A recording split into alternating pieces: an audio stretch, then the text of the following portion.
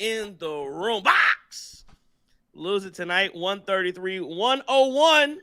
Another 30-point loss, home drubbing to the Boston Celtics. But I just can't believe this was going to be, again, another nothing type of game. Bucks get their ass whooped. I'm not going to sit here and lie to you. I'm starting to watch these games where, let me tell you how I watch games, guys. I'm locked in, edge of my seat every single night, right? Like, I'm locked. These last 4-5, hey, let me throw a load of laundry in. Hey, I'm going to listen, because I'm scrolling. I look up. I'm kind of watching the game, and almost background is kind of how I'm watching.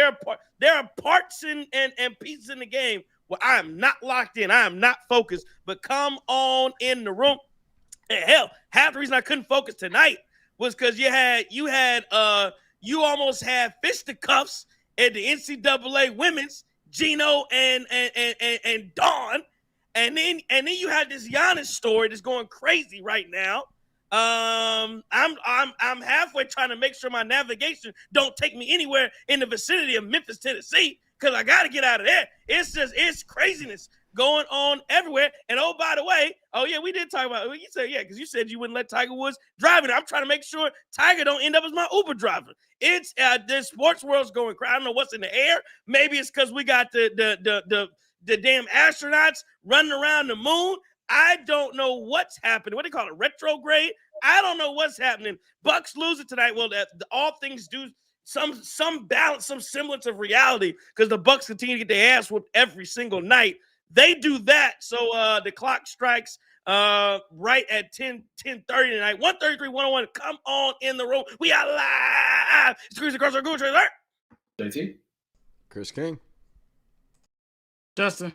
Yeah, man, I shouldn't have this much energy for a loss, but this Giannis stuff has awakened me. And that's the big story of the night that we're gonna have to get into. But we are obligated. This is the Cream City crossover. We're obligated to talk about the game for a hot second, if you will. I'll go ahead. You know what? But I will, and of course, this my damn phone. But I will for a second, if I can get to the first super chat just because I saw it. Steeler Face super chat, appreciate it. He says R.I.P. R.I.P. Mind you, let me just say this for a second. I had a friend who died, right? He got shot in Winston-Salem, and his name was Ty. And I'm not joking. We went to the club let's say he got shot on a Friday. We went to the club, and the DJ said, hey, shout out to Ty. Shout out to Ty. And you know what he played? R.I.P. R.I.P. R.I.P. We did that Jesus. I was like, damn. I felt like it was a little disrespectful, but I did. Hey, R.I.P. Okay. Steeler Face says R.I.P. to Giannis' legacy in Milwaukee. Dude has to be the dumbest star in the league. If we lose a draft pick from this idiot, I'm done. About to be a major conspiracy from Adam. Damn, Trey, is the back of your phone. Back of my phone. I gotta get a new phone.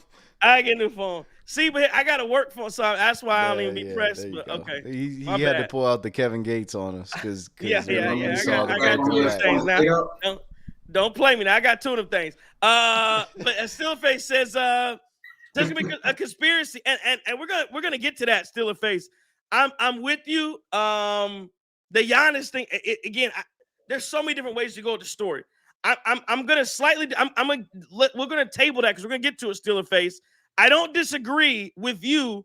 I do get his point as well, though. So I definitely see both sides of it. But 100%. That's why I'm going to tell you why the Bucks should go ahead and play him, because you're right. The Bucks would be all these teams taken. The Bucks would be the team that somehow Adam Silver comes after and something happens.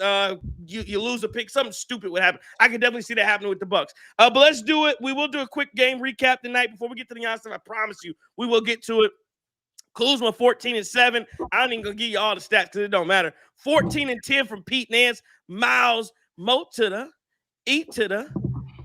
Man, he is sorry as hell, man. I mean, he's sorry as hell. 4 points, 1 rebound. I'll take what's since you talking about what's the old girl Audie Crooks? What's her? Is that what's her name? I'll take her ass. Transfer? Yeah, I'll take her ass over old Miles Turner. I think she go down, put a body on somebody for Miles Turner to do. Ousmane Dieng, 9 points, 3 boards tonight. 4 of 15, 1 of 4 from the 3-point line. He got knocked around a little bit. AJ Green said, hey, don't forget about me. We down 30, but I'm still pulling that thing. 15 and 5, 5 and 9 from 3, 5 and 9 from the field. Cormac Ryan, I like his game a little bit. He was 2 of 7, 11 points tonight. Taurean Prince with 18. Wow, Taurean had 18 tonight. 7 of 8 from the field. Jericho Sims, 3 points, 4 rebounds, 6 assists from our guy. Gary Harris, 5 points. Alex Dedecumpo, 1 point. Thanasis doing his court jet. Do you see that? I mean, what is he doing? I just don't. We employ the whole Antetokounmpo family, and that's what they repay us. Sam Hauser, 13 and 6. Tatum, 23, 11 and 9. Almost best round. I got a triple double. Kada, 19 and 10. Jaylen Brown, 26. Derek White, 17 points. Peyton Pritchard lit us up with 16 tonight. I don't have much on the game. I'll just tell you, we got an ass whoop from start to finish. You look up, it's 14-3. We just again, this team is totally inept. They can't do anything. Miles Turner's sitting around doing absolutely nothing. There's no good things to talk about when you're talking about the Milwaukee Bucks. I honestly don't have a lot on tonight's game. It was, the Bucks run around and we go back to like somebody's got to score. So 101 points, you get 14 from Nance, you get 14 from Kuzma, you get 18 from Prince. Somebody got to score. This is one of the worst basketball teams in the entire NBA. I'm not surprised to get beat by 30 points to the Boston Celtics. That's what I saw. JT, what'd you see? Listen, I don't really have a whole lot to say on this. I just said, look, we let go of the rope, and it's just obvious. And I don't know about you guys, but it's one thing to tank, right? It's one thing to tank. It's one thing to lose. But these 30-point losses, I mean, it's not even showing up. It's embarrassing. We've had more 25-point plus losses in the season this year than we have in any other year before. And it's just one of those things where it's going to be over soon. It's going to end, but it just can't end fast enough. This is an absolute disaster. We've let go of the rope, but at this point we can't even hide it. Right at this point, we're just not even hiding it. We let go of the rope. It is what it is. Right? Got a dub the other night, but for the most part, we've given up. We've mailed it in. Man, shout out to Taurean Prince. I believe that's a season high from him. Right? I believe that's a Taurean Prince season high from Taurean Prince. He may not have given up. He hasn't played a whole lot, but this year, 4 for 5 from 3. I thought he looked good. I thought Taurean Prince, hey man, hats off to him. I'm gonna stop there because I don't want to jump into the Giannis talk. We're gonna save that. But over to you, Chris Kane. Yeah, I mean, I was gonna do the same thing. Like, just shout out to Taurean Prince because golly, it's taken him 15 games to even have a decent night, and he had one tonight. But like. Yeah, there's nothing to say. We've seen this movie, I think probably, how many losses we got? Too many. 46, 47? 47. I'd say probably 35 of the games have been like this. Maybe not, maybe like 30, 25, something like that. But like we've just seen this before, right? You see a career high game from Ousmane Dieng. He goes and gets you 36, and then the inconsistency comes about against a massively better team. In the Boston Celtics. Now I know the Rockets. It was the Rockets, right? Mm-hmm. Yeah, Rockets. Like I know they're okay, but like, you got to be able to do these things back to back if you want to like even have a shot at winning. And they couldn't do it tonight. They couldn't do it as a team. Cormac Ryan didn't do it either for me tonight. And so it's just like the inconsistency that we talk about. It shows up very consistently, and that's why you see these losses, low effort, and just distractions everywhere. You see reports, even, not even getting into the Giannis thing, but, talking about how some of these Bucks guys are not trusting in Doc Rivers, and, like, that comes out before the game. And it's just, like, the distractions are there. Like, they are there. They are present with this basketball team. And even if you are trying to lose, like, it's no doubt affecting the way that they're performing. Yeah, I'll get to Doc. So I guess this can be the prelude to the Giannis conversation too, because I ain't gonna lie, I messed up and went in the wrong room, and I missed half the press conference. But I mean, what could he really say about tonight's game, right? So he talked about in the beginning. He talked about Missoula moving a little bit of the defensive pressure up to focus on Oos more. Thought Oos didn't handle it well and didn't have an update on his ankle. And then there's a couple other questions about today, but everything was geared towards Giannis. So Doc says, I've been told the same thing about Giannis. I'm in the middle. Coaches are always sit in the middle. It's a GM, it's the doctors, it's the owners, and then it's the coach. He's tired of having to come up to the podium to answer these questions, being pulled in the middle. He wants Giannis to keep focusing and working on stuff. He tells him all the time stuff that he should work on. But this is a grown man's game. And he's tired of the he said, she said BS going back and forth. He repeated, I'm tired of answering the questions. They kept peppering him with questions about this. I'm not aware that the league called us because the league doesn't call the head coach. That'd be more of a John Horst call, I'm assuming. And he said he reiterated this in yelling it basically, this should not be a public discussion. This should be behind closed doors, grown men sitting down, having a conversation together. He has and then they asked him, what does it mean for Giannis and his future with the Bucks and his relationship? He said, I can't answer that, but what I can do is I can say that I have a great relationship with Giannis. I talk to him every day. And then he closed out by saying, none of these guys are bad people, Giannis or the powers that be. He alluded to who it was, but he never said specifically who he was speaking about. But and he needs everyone to kind of get on the same page. We need to kind of close doors, have a meeting, and talk about this in more detail. I'm with you, gentlemen. I don't have much on this basketball game. I tortured myself through it. I don't know why I tortured myself through it. I wanted to see some guys do better. I hope Oos's ankle is okay. I'm hoping that's the reason why he struggled. But you guys are right, man. It's just bad. I would lean towards the effort, but I just think that we got a team of G Leaguers and misfits right now.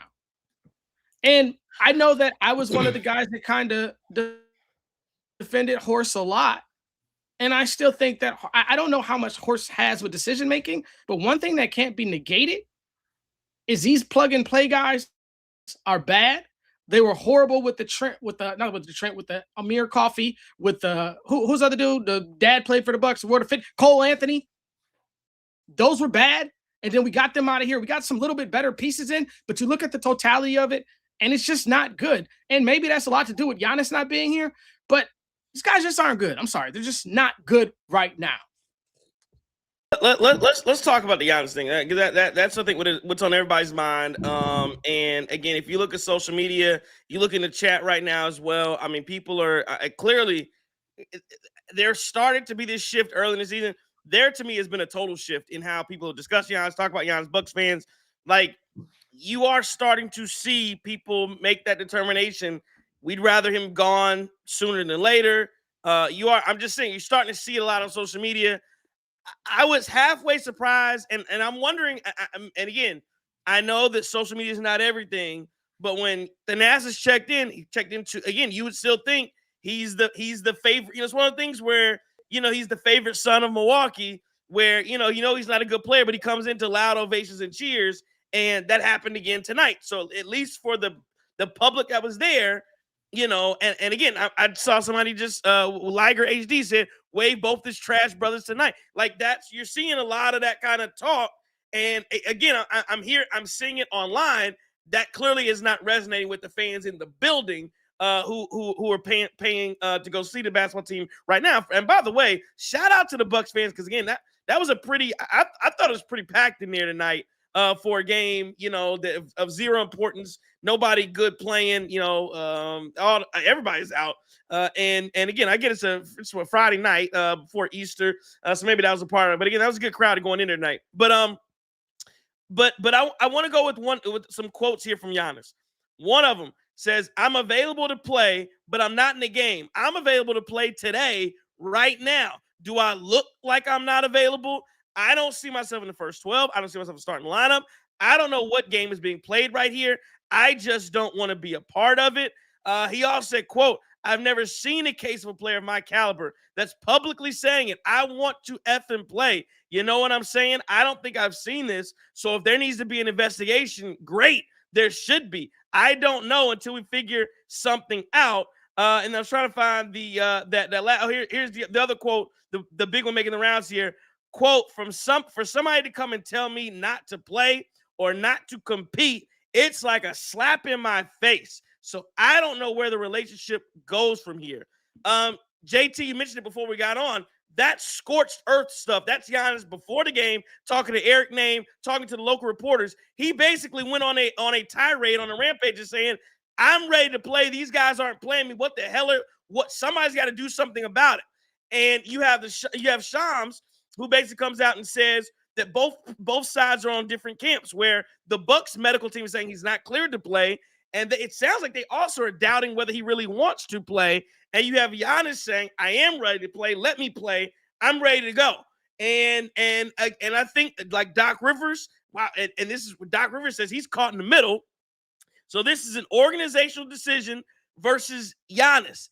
And so, you guys tell me where you stand here. I'll go first. I'm in the middle too. I do see both sides. I do see both sides. Where you have in one camp, I've said it before, I'd be hypocritical because I've always told you guys and told everybody, players are just as complicit as organizations when it comes to taking thing. Not taking, but load management, not playing, right? And because forever time I see people say, oh, it's the organizations, they're not letting the players play. And I go, players have all the power in the world. They can go out and they can say, they demand trades when they want to. They go out, they do all things that they can demand to play in Greece. He can demand that his brother, why the hell you think his brother's on the team? He can demand why the hell AG got the coach hired, got the coach fired, got a new coach. All the players have all the power in the world, but all of a sudden when it comes to playing or not playing, well, us organization says, no, it's not. Players can have some of that control too. So I've always said that. And now we're in a situation where the organization is saying one thing, y'all saying, let me play.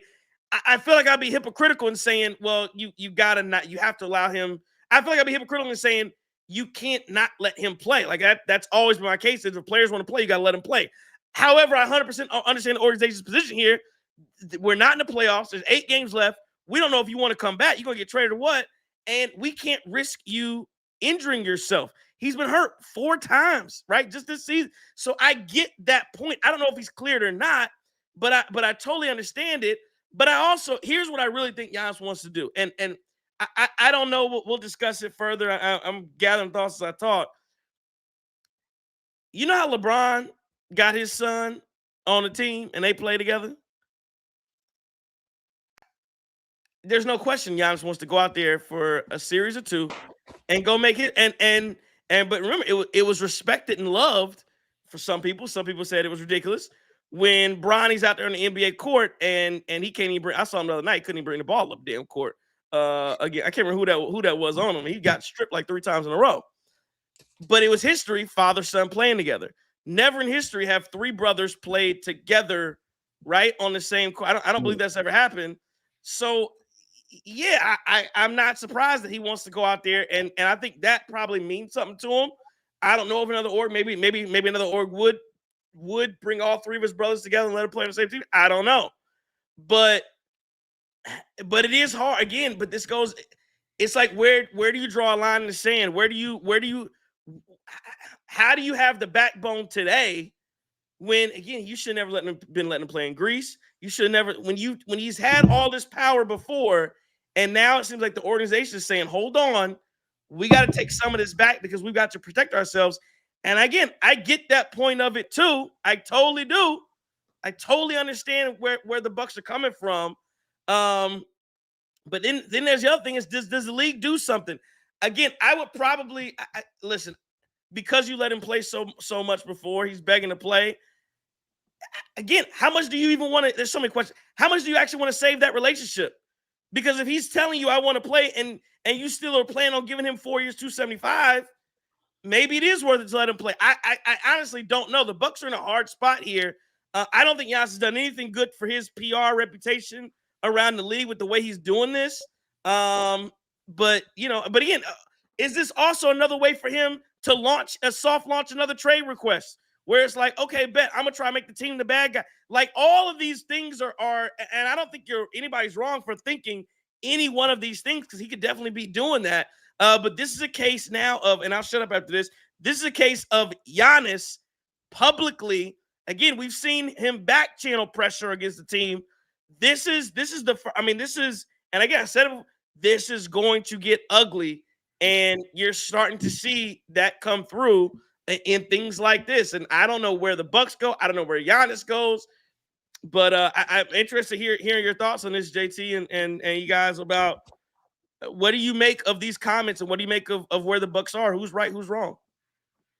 Well, I'll say this. I think that frustration is at its tipping point at this point. And you see that. I think the frustration goes both ways. The organization's got to be a bit frustrated with him because they've given Giannis a lot of latitude to do his thing. His body has just broken down over the last 4 years at various different points, at key points. A lot of times more in the postseason, so he makes it through the regular season, and a couple times was not there for his team in the postseason. I get that, right? Keep in mind, 2021. He got hurt and still won a championship, and he was there. I mean, Giannis has definitely done that. And but again, that was 5 years ago, and the body ages rapidly when it comes to pro sports. I think at this point, the issue that I see is that Giannis has played in 32, 33 games this year. Hasn't played a lot. He's a competitor. Yes, he wants to play. You think that's not frustrating? I 100% would be frustrated. And yes, he's probably a guy where you got to keep him off the court. You got to save him from himself. Having said that, I think the org is probably frustrated. I'm assuming that the back channel communications about him signing an extension have probably not gone well. We haven't seen a rumor. I haven't seen anything there. There was the dancing and the flirting, the hottest chick in the game, the comments earlier this year that seemed to exacerbate the situation, because for the first time it seemed like the drama, he was participating in the drama. For the longest time, ESPN, all these four-letter networks were saying, oh, he's leaving. And it seemed like it was just nonsense. And this year he seemed to be willing to play into it, which I think a lot of Bucks fans found to be a bit unsettling, right? They didn't really appreciate that from him too. And then now to come out and say this shows that somebody's got to go, right? Something's got to change. Because if Giannis is frustrated or upset, I'm gonna take Doc at his word. They got a great relationship. It's not Doc. It's someone in the basketball office or in the ownership office that is the issue here, right? But Giannis has already said, that last quote said everything. I don't know how you fix the relationship from here. That's a big one. That's a really, really, really big one, because for the longest time he's been willing to kind of play along. He's been willing to, he's been a team guy. Yep, okay, I'll do this now. And if you want to play and they're not playing you now, because they haven't cleared you, but they can't just magically clear you on Sunday. Boy, if they magically clear him on Sunday, can you imagine? Oh, the NBA would be there the next day. The front office, like the league office, will be investigating. What's going on here? You're telling me this guy now all of a sudden after this he can play? I mean, he's really put the Bucks in a tough spot here. I will say, here's my prediction. I'm sticking to this. I said this before. Giannis, John Horst, Doc. 2 out of 3 got to go, right? 2 out of the 3 got to go. You got to figure out which 2 is going to be, but 2 out of the 3 got to go, because I do not think that those 3 can coexist any longer at this point. And it's just sad that on top of this team losing by 30 points, right? We're so used to the disappointment. We've become numb to these embarrassing losses, these pitiful losses we could probably go get. I mean, I don't know. I don't want to say a bunch of guys from LA Fitness, but I mean, look, you get some Marquette players and UW to get out there and say, can y'all stay within 30? I mean, my goodness, it's embarrassing. It's pitiful. But on a night where we got our butts kicked, we still are now talking about Giannis's quote. Nobody even cares about the game. It's just, oh my gosh, Giannis has come out and said something. And, look, I think where there's smoke, there's fire. I think Giannis 100%. I don't think he sugarcoating it, but it's embarrassing. It's organizational dysfunction. And again, guys, this is the last time I'm going to say it. We have been bitten by this curse ever since we really fired Bud, right? I'm just going to tell y'all right now, we fired Bud. We did not have a plan. We brought in Dr. Griffin. We switched him out halfway during the season. We brought in I don't know what we're doing, but we might be the most dysfunctional franchise in the NBA right now. I still need a minute to gather my thoughts on this. I'm gonna pass it to Justin, and then you can come back to me after Justin, because I have so many different ways I want to go with this. Damn it! I thought I had 10 more minutes. That's fair. Nah. So, it's tough. It's really hard to watch this unfold. We may not agree with a lot of the stuff that Doc does on the court, with some of his coaching decisions, his philosophies offensively or defensively. However, one thing I do agree on is this should be a behind doors conversation. Stop having this conversation out here in the media. And whether it's Giannis, whether it's the ownership, whether it's John Horst, whether it's someone else that is sweeping the bathroom floor, whoever it is that is leaking stuff to the media, it just needs to stop. Because at one point, this wasn't a leak. This wasn't a leak. This was Giannis going directly to the media and making these comments. No, for sure. I'm talking about the stuff that preluded this, though. Okay. The other stuff that kind of led up to this and stuff like that. Just from day one. Like, the one thing that I used to love about Giannis is it seemed like it was so much about the front of the jersey for him. I remember, this is my effing city and all this stuff. I got loyalty in my DNA and all this other stuff. And now we're at a point where it seems it's a lot me. Yeah. Is he right to go and ask to play if he feels like he's healthy? Absolutely. Do I want to see him on the court with his two brothers? We have nothing else to play for sure. Do I want to see Giannis on the court where he could potentially end up like Damian Lillard, Jason Tatum, or Tyrese Halliburton? Absolutely not. And look, this is going to sound crazy. I don't even care if he goes play for insert team name here. I don't want to see that brother blow out his calf for basketball games that don't matter. They don't mean anything. We're not gaining anything in the tanking. We're not gaining anything losing. We're in a stuck situation here. But I tell you what, if we lose a draft pick because of this, like some of the chat has alluded to, like him saying, I hope there's a investigation on the Bucks and stuff, that just lets me know he's gone. And I'm not saying in a sense that he's gone like he's leaving the Bucks, but he's gone mentally where it's no longer about the Bucks. It's about him and whatever this narrative is. And he did so much bullshit this year with all the stuff that JT, you were mentioning with the, I want to date this, and all this other stuff that we're here. Yeah, Jace, we're blaming Giannis because half the shit that he said this year is a reason why we're sitting here. He brought this on himself. He brought this on the Milwaukee Bucks. He brought it on the city. Ho. It is one of those. It is one of those things with this Giannis shit. But it's a tough spot for us to be in as Bucks fans and as Giannis fans because, to his point, and to Giannis's credit, a lot of the drama surrounding him was made up, was just nonsense. It was media driven, it was league driven, it was speculative at best. There was really no smoke to it, and we saw that 10 times when Shams, he's leaving. Shams was just peddling something. I don't know, Sean. Did Shams hear it third, fourth, fifth hand? I don't know where he got these sources from, but none of that proved to be true at that point. But this year, what is off-putting, as you said, Justin, is Giannis has played into the drama. He has contributed. He has been an active participant in the drama. And you can't deny that. He has been an active participant. Go back to everything he was saying in December. Go back to everything he was saying before. Look at what's happening today. Giannis has played a role in it, right? What the young kids say, he's been messy. He's been messy this year. Right? And we've seen a guy sidestep and not be messy before, but for some reason this year he decided he wants to be messy, and it's just showing. And now we can no longer hide it. So here's where I'm at, and I hope I get this right. But to me, okay, yes, like if Giannis is gone after this season, I love what Giannis has done for the city of Milwaukee, for the Milwaukee Bucks. We can get all of that out of the way first, but Giannis has sat there for 5 years, and, you see these comments in the chat talking about these fans want to pay their hard-earned money. Giannis is essentially right now, he is laughing in everybody's face because everybody thought it was all fun and games after they won one title to laugh at his dad jokes, to be okay with a first-round exit here, a second-round exit there, him not playing here, him not playing there, him getting asked whether the seasons are failures and it's just steps to success. No, like he is he was able to like kind of convey. What do you say, Chris? How you say it? It's just steps to success, something like that.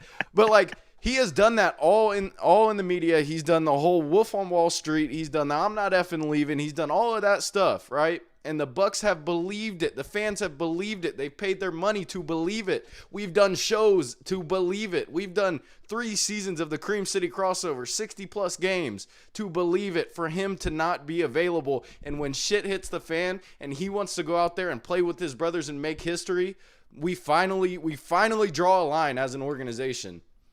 because we've been wasting our damn time the past 4 years. Each and every way, we've been wasting our time, right? He's been wasting our time.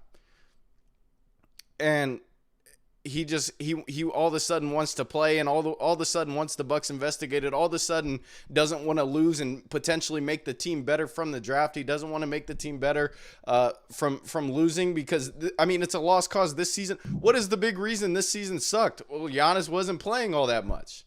Injuries, guys sitting out in the first place before we could even make a push at it. So like, I don't understand the reasoning behind I want to play so bad. I want to be out there so bad.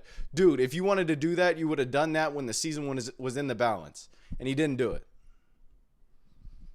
Ew. Fiery there from Christian. And he's not wrong. And he's not wrong in the slightest. Liger says one bad season throws a hissy fit. I appreciate it. Will Lindquist sent Cash App. I'll get it to you guys. But yeah, I guess so. I'm just trying to think of this because there's so many different angles as to like we talk. Doc Rivers saying, and you guys saying, you got to keep it behind closed doors, right? But I'm assuming that this has been a closed door thing, and this is why. Because Giannis has been doing his hard work. Giannis has wanted to play probably for when did that article come out when he first wanted him investigated? So this has been almost a week now, I want to say, where Giannis could probably make the argument. I tried to handle this behind closed doors, and there's been no movement. And now I'm going to go make this public. Now I'm going to make a public plea. I'm going to tell everybody I'm ready to play. But again, what it shows me is, yes, we already knew there was a rift between the organization and Giannis, but yeah, it's bigger than maybe what we even thought. Mm-hmm. And to your point, Justin, Giannis, it does seem like it's become more me versus Bucks. And it's this thing of, I told y'all this story before. I used to go to the barbershop at G's Clippers, and dude cut my hair. Used to be like, yeah, when Giannis was a rookie, first couple years, we used to cut Giannis hair in here, and he come in, show love, what up, all that, daps and hugs to everybody. And then it changed. It started to change. He said, one day Giannis came in, he tried to say what's up to Giannis. Giannis, big time. Like Giannis, I'm like, who is you? And it was like, oh, that's the kind of time this guy is moving on. And this is long before. This is when he probably got that first. This ain't the latest kind. This is probably the first $100 million he got or whatever it was. And that's how that gentleman felt. And it was, oh yeah. And he was like, it wasn't no big deal. It's just Giannis is Hollywood now. That was his feelings about Giannis. Probably like year 5 of Giannis. And we're fast track now. What are we year? This is year 13, 12, whatever it is of Giannis being in the league. And now this is on public display of everything we're seeing. And again, to your point, it just goes to show you how bad things have gotten within the organization. He did mention something in one of the quotes saying, again, he leaves the door a little bit open because he said, hey, maybe we need to go to marriage counseling or something like that. So, before you go to divorce, I don't know. But let me add, oh wow, Cooper Flag got 50 points tonight. Wow. But where, is this, let me ask you this, is this salvageable?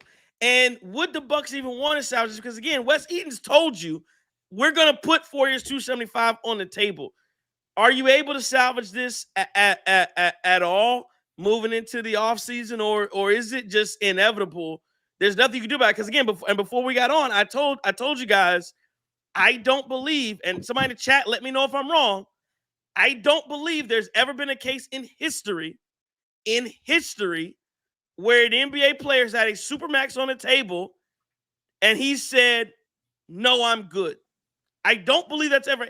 Giannis will be the first player in history to wave off a supermax and not take it.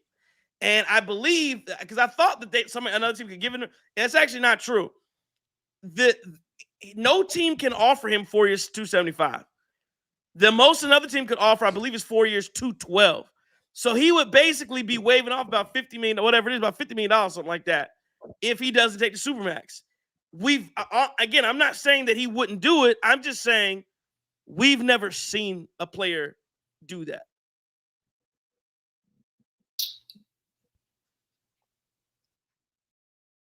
All right. So Anthony Davis didn't sign the Supermax. 2019 with the Pelicans, he publicly signaled he would not sign a 5-year, $200 million Supermax extension in 2019. I think that's the last person that's turned down the Supermax from the team. And instead he demanded a trade. So I think and I think Kawhi Leonard was another one that wouldn't do the Supermax when he was with the Spurs. He was unwilling. He ended up getting traded, but he wouldn't turn down. He would. I guess he publicly said he would not sign the Supermax. Well, hang on. Let me ask this. Hold on. And that's Liger's point there. So he said it. They never offered it. Now I believe that. I agree. I hear what you're saying. I think in all the scenarios, he said it, and they chose to trade him before he did ask for a trade. But I'm saying let me clarify. I don't believe it's ever been offered and denied. Oh, I see what you're saying. Like, actually, it's in like put on the table and they put on the table. Correct. Gotcha. I agree with you, but I guess the question that you have to ask if you're the Bucks, right? Because you're Giannis and if you're the Bucks and you offer him a Supermax, are you still offering him a say in personnel decisions? Are you still offering him, front office moves? We're still going to give you a say in how we build around you. Are you still doing that too? Or are you saying, I'm handing you the Supermax, you're going to have to let us run basketball, right? Because some of the moves and stuff that we made for him, or with his blessing, with things that have not worked at this point. And, what exactly are you willing to give up to Giannis at this point to get him to sign that Supermax? Or are you just saying, look, here's the money that's on the table. You can't make this money anywhere else. Sign it, be a team player. Well, and I'll make one other point too, though, is I don't believe he can act. So for the record, you actually can't offer it until October. So they can tell him they're going to offer it, but this would be another scenario where, I kind of wish you could put it on the table I kind of wish you could put it on the table in the summer. They really can't. So they can tell him it's on the table, but he actually won't have a chance to. So he'd have to still be on the roster in October, on October 1, to actually not to have it on the table and not sign it. They can tell him that all day long. But to your point though, JT, again, what superstar doesn't have that kind of power? What legitimate superstar does not have the power to make those kinds of things happen? I'm not saying they all do it, huh? So that's my question though, right? Again, we talked about this before. If you're going to offer him the Supermax, what are we doing about Greece? Right? What are we doing about Greece? What are we doing about roster? What are we doing here? I just don't know how easy this conversation is to say, here's the Supermax, you sign it, you stay in it going. That's what I wish somebody had sources that could talk a little bit about how these conversations are going. What exactly does he want? Because it's not just, I just don't think this is a money thing.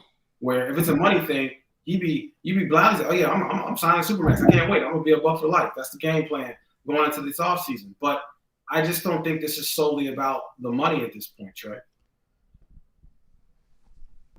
To me, I don't think this is repairable. You go out there in the media and you say that, and you know that anybody outside of Milwaukee is going to believe Giannis. You know these national media pundits will say Milwaukee has only done wrong by Giannis and they need to break it up already. He knows that they're going to believe that. The national media is going to believe that. The podcasts are going to run with that. And so this is a scapegoat to leave, to request out, to go and chase another championship, to go try to cement his legacy. But again, like we've talked about all season long, basically, when this question comes up, will it even work out somewhere else? And I would be happy at this point going out in the media and saying what he said today and contradicting himself, walking contradiction. To me, I go say, okay, Giannis, go prove that somewhere else. Go prove that somewhere else. Go prove that 3 years down the line when you're 34 without a jump shot still. Go prove that down the line and go sign that Supermax elsewhere when you're 36 and you have no your athletic ability is declining and you still have no jump shot. Like, I'm telling him to go prove that now to us because of what he's done. He's laughed in our face. He's contradicted himself this season. And to me, I just don't think it's repairable. I don't think it's mendable. And I would be happy at this point to go ahead and go into a different direction, because what can we use that money for down the line? Who knows? What can we go ahead and get in this draft with a high draft pick? Who knows? But at this point, I'm done with the games. I'm done with the drama. Like, I don't want to go through a show that we talk about the Bucks, we talk about the young future, and nothing comes out of it. Now, they did get blown out. Nothing comes out of it but a Giannis quote. Like, I'm done with that. I can't do it anymore. So you're saying, are you saying you wouldn't even offer him? You're No, saying you would just hell trade no. him? Hell, You wouldn't offer him. I'm trading him because at this point in his career, who knows if you're getting any value back anymore. Okay. Like, it's the best time to move on. We talked about wait until the summer, and he's forcing our hand because he thinks everybody else is going to believe him and say, break up the relationship, break up with the Bucks. Okay. Chris, So here's what Chris complicates is fed up with Giannis, clearly. Go ahead. Go ahead, Justin. Go ahead. Man, you know, about like 2 months ago, I'd be like, man, trading Giannis, that's so out of pocket. But hey, Chris, I'm not saying to trade Giannis, first of all. Let's just be clear. I'm not saying that. But I see where you're coming from. And I see where Steeler Face is coming from. And he's a cat that's been saying it. Todd Merrill's been saying it all year. And I see why Chris is so frustrated, because you get to the point. But then I sit back, right? Because, you know, I'm Papa J on the show. I'm super right? I've lived through this before. First time I saw it was Kobe Bean Bryant. And his toxicity was about as bad as this, if not worse. And it was the Paul Gasol and the Lamar Odom that changed his mindset about the Los Angeles Lakers. But we saw this again, right? We saw this, but y'all saw it from a different capacity than I did. Because I'm a resident Packer fan on the show. This is Brett Favre-like. This is Favre reincarnated. This isn't Rodgers, where Rodgers thought he was fighting for the betterment of all the guys. This is Favre. It's about me. Giannis knows it. I am the Milwaukee Bucks. So I'm going to say this and I'm going to do this, and you all just got to get down or lay down. And just to clear one thing up, right? Everything Giannis that has been released, from the Giannis Zoom Freak ones to now, I have them. Multiple. Antetokounmpo's hoodies. I got on Antetokounmpo's socks right now. So we're not going to do this BS that some people try to twist our words and say, oh, these guys don't like Giannis or bashing. No, that's not the case. And that's not even what Chris did when he said trade him. We hold Giannis to a different standard because he created that narrative. Now you're reneging on what you created, and you're trying to say, oh, I'm this or I'm that, and it needs to be more about me. No, dude, like at the end of the day, you've hurt the same calf multiple times this year. Please sit down and don't hurt yourself. Even if it has nothing to do, again, for the 37th time, even if it has nothing to do with the Milwaukee Bucks, why injure yourself where that 212 is off the marketplace right now? And you get that 1 year and you're forced to opt into the next one. And then you're like, Dame, you're 36 years old, trying to win it somewhere else, doesn't work out, and you got to hope to get stretched and extended, pause, and come back to your home and maybe get on with some young dudes that can kind of take you to the next level. JT, you give me a trouble, man. Real quick, too, I just want to, like, to the people that say that it's a death sentence to trade Giannis, what have the last 5 years been in a weak East that we've talked about? Any team, you know, that has Giannis out there will have a chance at winning and going crazy in the East and maybe Eastern Conference Finals, getting to the finals again. What has happened the last 5 years regardless? Like, it's essentially like, yeah, we made the playoffs, great, but do we get a prize for that? Do we get a gold star? We won an in-season cup. Wow. We hang a banner for that. Like, it's yes, great. You would like to have the high ceiling. You'd like to build a team around Giannis. But we have shown since 2021, we have failed to do that. We have failed to build a championship roster, whether that be due to injuries, and that's just the way it goes. But we have failed to build a good roster around him, and it's really put us in a death sentence anyway. Well, that goes to your point, though, Chris, is if you are of the belief that Giannis is now an injury-prone player, and if you're of that belief that there's no way that Giannis, again, I know that he had great numbers this year when he played, but if you're of the belief that Giannis cannot put together a full season, let's say 65 plus games, and go to the playoffs and put together full playoff series without injury. Because again, I'm not denying his talent when he's actually on the floor, but if you're saying that he can no longer do that, then I agree with you. Then the discussion, then it's simple and close and shut that the Bucks he should be traded. Again, it's crazy. I feel like I'd want to see one more year before I go, he's injury prone. And it just so happens that this is a contract year. So I totally get that piece if that's where you're at. Well, and that's the thing is who would be in a better position to make that determination than the Bucks training staff, than the Bucks medical staff. Well, then why are they on record saying they would give him 4 years, $270? They're on record saying they would do it. Right, 100%. Right. So that's what I'm saying. Who would be in better position to make that determination? Is he injury prone? Do we have a chronic issue here than the Bucks staff? So if they think he's healthy enough to do it, then great, that makes sense. But my issue is this. I lean a little bit towards trading him if the fact that you don't want to be here. If you don't want to be here, I don't want to go through this drama. We cannot go through this drama next year. We can't do it. So if you don't want to be here and if you really have decided that you want to part ways, then like Chris said, trade him to the highest bidder. But keep in mind, that market might be a little bit limited because anybody you're trading him to is a 1-year rental unless it's a place where he's willing to sign an extension as well. So, listen, if he doesn't want to be here, let's just go ahead and move on, right? We don't need to hold it. We don't need to keep holding him back here. If it's just going to be a mutual split, then fine. But, if he wants to be here, and like I said, we get that commitment from him because I'll be the only minority on this. I'm not bringing him back. If we're going to keep doing this thing in Greece, I'm not bringing him back. I'm not going to do it. I don't care. I'm not going to do it. I don't have any allegiance to that country. I don't care. I'm just not enough of a fan to pretend I give a damn about Greece basketball and how moved I am when they go get bronze somewhere. I'm not doing it, right? So I think that's but again, buy-in as well. You're going to be here? All right. No drama. Can we get a coach? Can we build around you? Or no, right? But, again, unfortunately, there's just so much that can happen in the next few weeks. But I'm with Chris here. If he doesn't want to be here, let's move on. Daryl Clayton says, "I like this, Chris. You got a lot of energy from Chris here." Steelerface says, "Go get the Kia boys to go steal the damn NBA Cup banner and burn it." Yeah. That's what I was laughing at. Let's see. Liger says, "Just pick a side ASAP. How can you build a team in the offseason not knowing if dude wants to be here?" Yep. Rick Hamilton says, "Dame and Doc ended this." Let me ask you guys this. So here's where we are right now, right?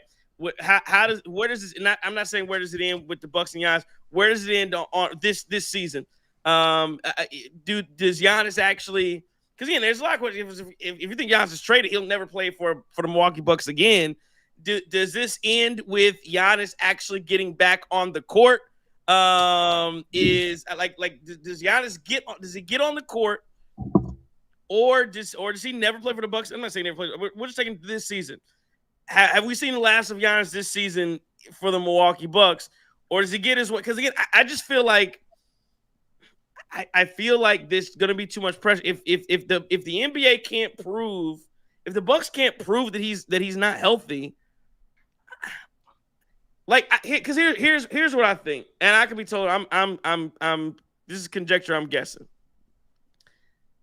I think that Giannis could play this year. I think he's not.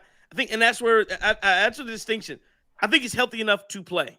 I saw him in the workouts. He's drenched in sweat. He's going full. He can probably get out there and play basketball, and he's alluding to that. But the question is, and I think from the Bucs standpoint, it's he could play, but we're worried about his long-term health. He's had 4 injuries. We want to preserve him moving forward, whether it's a trade or whether that. So it's in the Bucks, obviously, in their best interest. But for the NBA, the entire thing has been no load management, whatever. That's what you've been preaching if you're Adam Silver.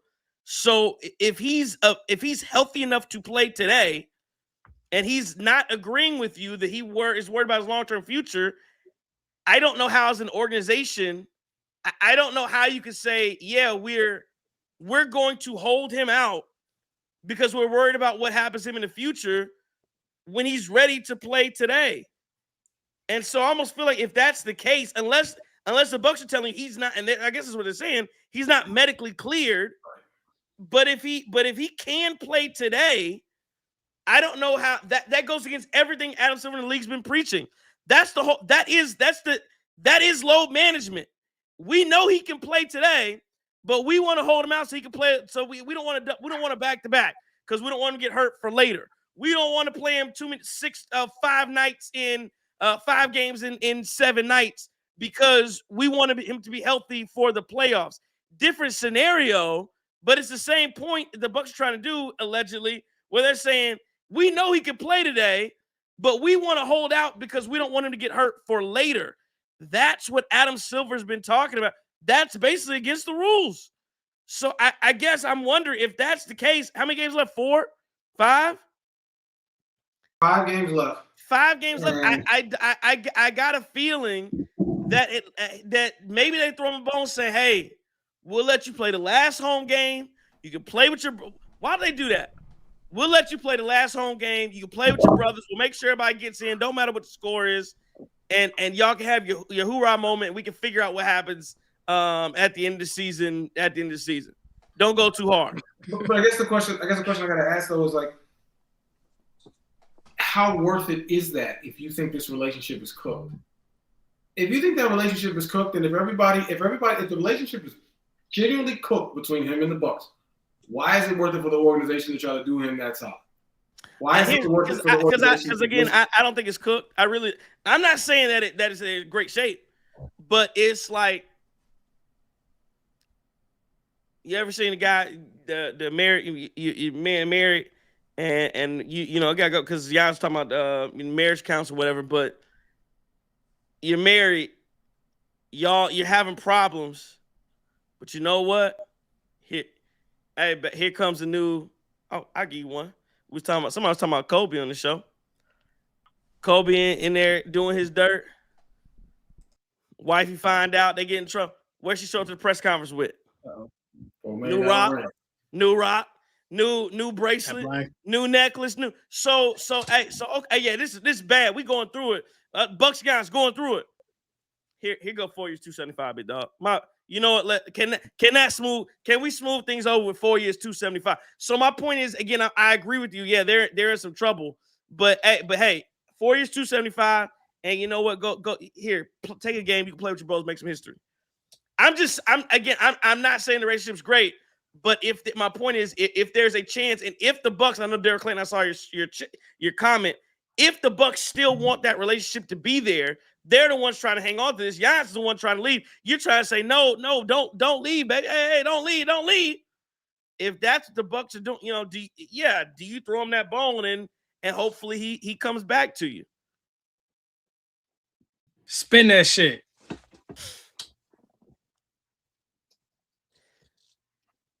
JT, your passport never getting stamped to Santorini ever for what you said. I just want to let you know that, dog. Like they ain't letting you over there, big dog. You got to find another beast, bro. I'm fine with that. Last I heard, I don't know what the cruise ship prices look like. I don't know what the air flights look like, but I bet there's something terrible given the global economic climate at this point. So, Santorini gonna cost somebody rent to get out there. Every last dollar your rent money to fly out to Santorini. Spin that shit. Danny Levin. Got 8 dudes in a hotel room with 2 queens. Our boy Danny Levin popped in the X chat. He said this isn't about money for him anymore. But that's a good point. That's a good point. He said he doesn't care as much about the money. See, but now Danny says that, and it's a good comment. Now I will say, I believe it was Chris Haynes. I believe it was Chris Haynes who made a comment. Again, it wasn't. It was probably like a month. It was probably a little bit sometime back, and that comment has resonated with me. Chris Haynes said, again, we know the relationship he has with this, not his sister-in-law, but I know he's a cousin of the wife. And one of the comments he made was, Giannis is not interested in leaving money on the table. Giannis remembers what it was like. And again, that's a different level. Giannis wasn't just broke. Like, he didn't just come from, I was broke in the hood. Like it was beyond. He had nothing. Like, not even a lot of kids that come from nothing and are broke, especially in the U.S., even a lot of those kids aren't to the point where they are selling trinkets in the street. That's where Giannis was. So, the point that Chris Haynes made was Giannis is not interested in leaving $1 on the table. He said that a couple months ago. So that comment has always resonated with me. That it was like, yeah, Giannis he hasn't forgotten what that's like, and so money is and always will be a big thing for him because of how he grew up. But again, that was just Chris' comment. But again, I listen. Danny might be correct. I don't know. It could be like that on both sides. But the one thing about Big G. See Big G in here and Big G hold too. on. Hey, we got to do him right. Trey, we got some music. We got a special guest in the building. Is he in, Chris? I see him on the. Yes, sir. He's not on the screen. He's not on the screen. Yeah, we can see him. I don't think You want me to put him in right now? Chris. Oh, I thought he was coming in. I thought he was coming during the what's the name? But yeah, I just sent it to him in case. Okay. We'll take it. I don't think he's in yet. I can see him. Yeah, but the people can't it's like see him. WWE event when you see him lining up right behind. We got the crowd roaring right now. Half the crowd roaring. We got Pipe backstage. We'll bring him in. One second. Let's finish this conversation and we'll bring Pipe in. Yeah. So what was your original question, though, Trey? Was it the original? So to line it up again, lastly, the original question was: is this the last time we've seen Giannis in Milwaukee this season, or would they, or do we think they will allow him to come back, whether it's one game, couple games, whatever, with these 5 games the Bucks have left? Yeah, I mean, like, to me, realistically, I know I've been parading on, like, yeah, trade him, or like he shouldn't be, parading on, like, I want to come back and I want to play so hard. But like at the end of the day, I'm not that. As long as we have our pick, I'm good. You can play him. We're still gonna lose games. The team is not good. Correct. So like, with 5 games left in the season, I'm not sure how much. I mean, they might sneak a win in here, they might sneak a win in there, but like it's not going to affect, I don't think, the draft positioning that much, and that realistically doesn't really matter to me, because I think we're going to be able to find ourselves in a good spot and get a good pick regardless, with the talent pool that's there at around what our pick is projected to be. But like the thing is, to me, I just have a hard time understanding why this is an investigation on the Milwaukee Bucks. Like, you see what's going on night in, night out in the NBA. There are teams out there that are literally throwing out G League players, and it may not have to do anything with injuries. They may just be sitting guys and tossing out random guys that are from the G League, or they're just fresh off of 2, whatever it is. There are teams not putting out competitive basketball teams, and they're not competing in basketball games. I hate that it's coming down so hard on the Milwaukee Bucks.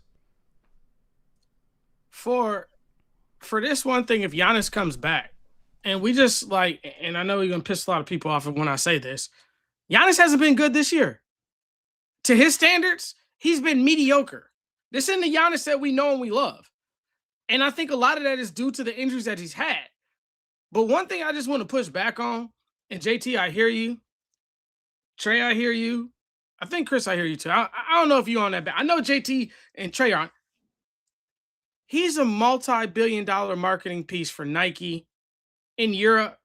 We're never going to stop him playing in Greece. I wholeheartedly believe that. When you go to games on the road, and Trey, you've seen it. You see little kids running around with the Greek jerseys on and stuff like that. We're just never going to stop that. And even if it makes logical sense, and I get what we're talking about with the calf and with the ankle and with the knee and with all the other stuff that he's experienced, he's just not going to stop it, and we're never going to stop it. However, you force yourself back, homie, and we've talked about this like 16 times. That lower body, from what his basketball game is, needs to rest. You don't need to be out there making a sweat right now. You need to be figuring out a way. Go up to Madison, where Christian Watson and Eric Stokes went, get that lower body figured out, and then come back, wherever you come back. I think it's funny. A lot of people saying that, it's not about the money. And it was funny. I remember, I can't remember who said it, but but somebody was like, when you have so much money, like, what do you do? What are you doing? They were like, what's the difference between, when you have this much money and I can't remember who they asked. I don't know if it was Gilbert Arenas. Someone was like, "What's the difference between $40 million and $50 million?" And you know what Gilbert Arenas said? $10 million. That's the difference between 40 and 50. It's an extra. So when you it's not about he can make that money off the court. Yeah. Well, what's the difference? What's the difference between 200 and 250? $50 million. That's the difference between 212 and 275. Okay. About $50-some million difference between. So I get, it's a lot of money. I keep telling I can't remember who else said it. If Bill Gates woke up with Oprah's bank account, he would jump off a roof. I'm telling you, he would, and he would be as rich as I don't know what with Oprah money. Bill Gates might unalive himself if he woke up and had her bank account. That's how much that. I know people don't think, oh, it's just money.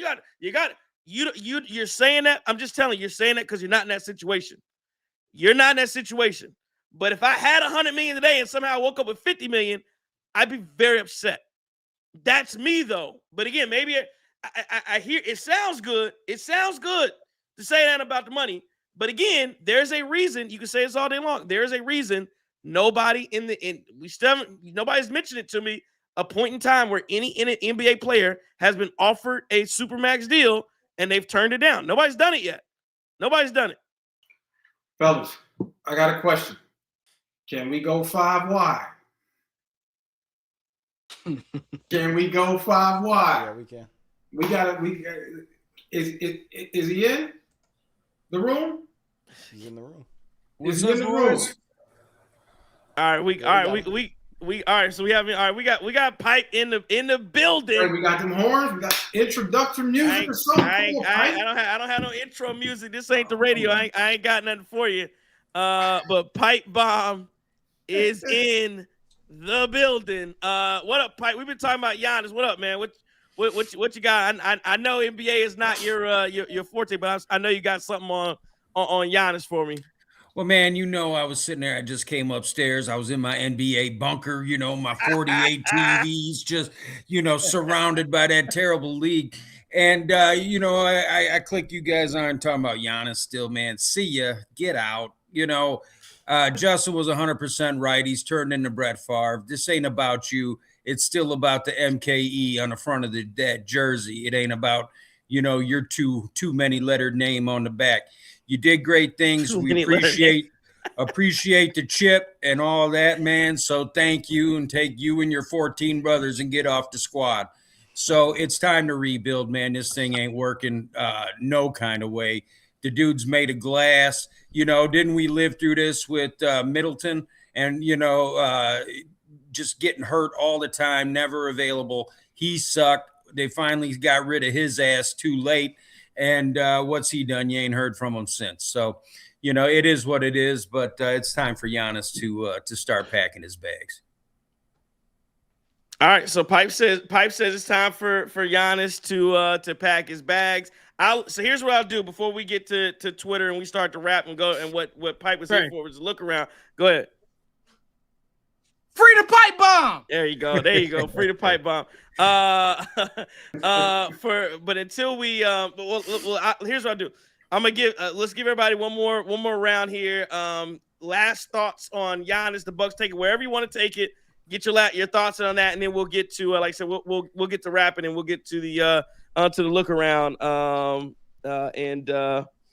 like I said, and we'll get more from Pipe there too. But anybody, whoever wants to take it.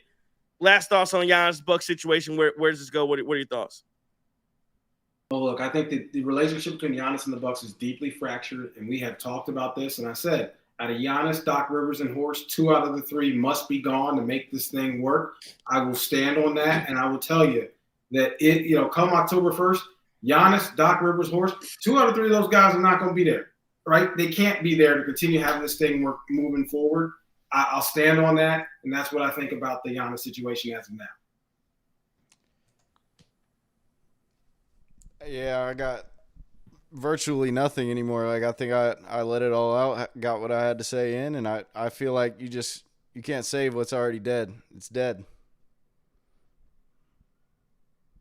I think, like I said earlier, you may not agree with a lot of diverse stuff in his philosophies. Completely get it.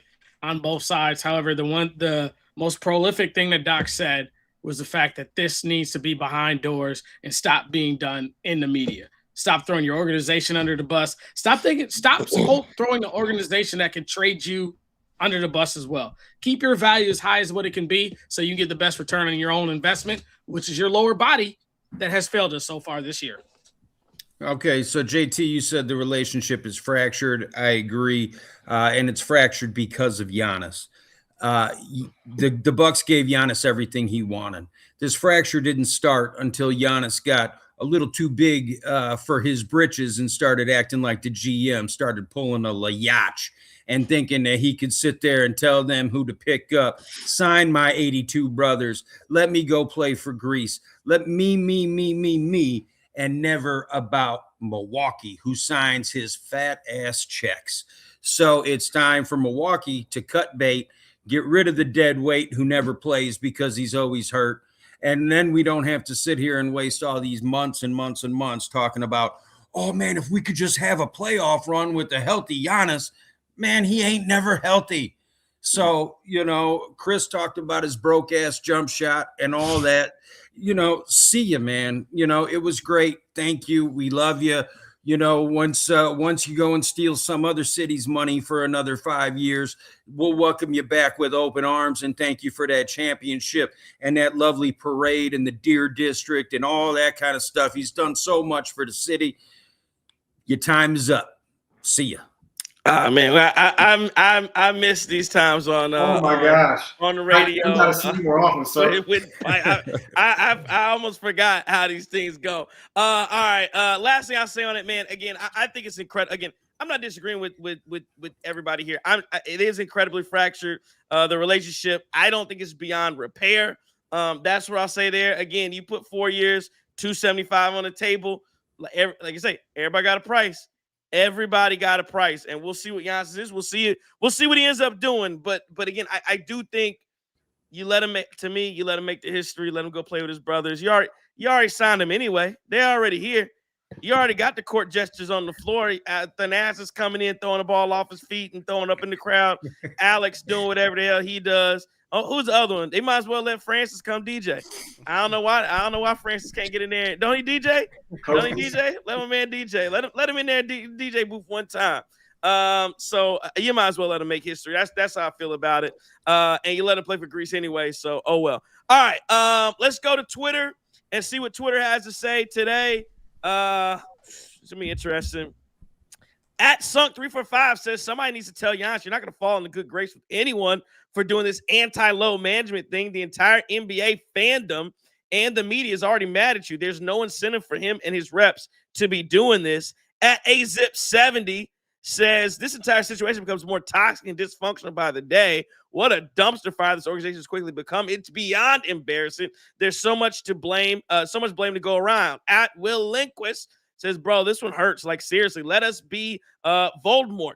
Honestly, tonight was tough, but fun to watch the younger talent ball too. Go Bucks. And there's some positive energy. At Ellis is ready says the Bucks are better off saving that $275 million and just trade the diva for the best trade package they can get. At Drew Barringer says, I'm over it, man. I'm sick of Giannis and his never-ending drama. Let some other franchise have him. See how he deals with the New York fan base or whatever. Thanks for 2021, and we'll see you in a decade when they retire at 34. At Chief Machiavelli says Miles Turner hit a lick. I can't forget about that. At Monacore says if Giannis causes the Bucks to lose a pick, it's going to be hell in MKE. Couple more here. At Steely Dan Sucks says I'm so scared of Silver and ESPN getting their revenge on Milwaukee, using them as the one team that gets punished for tanking. And then, here's one. At Nervous Nude 13 says, I think some people owe Shams Charania an apology.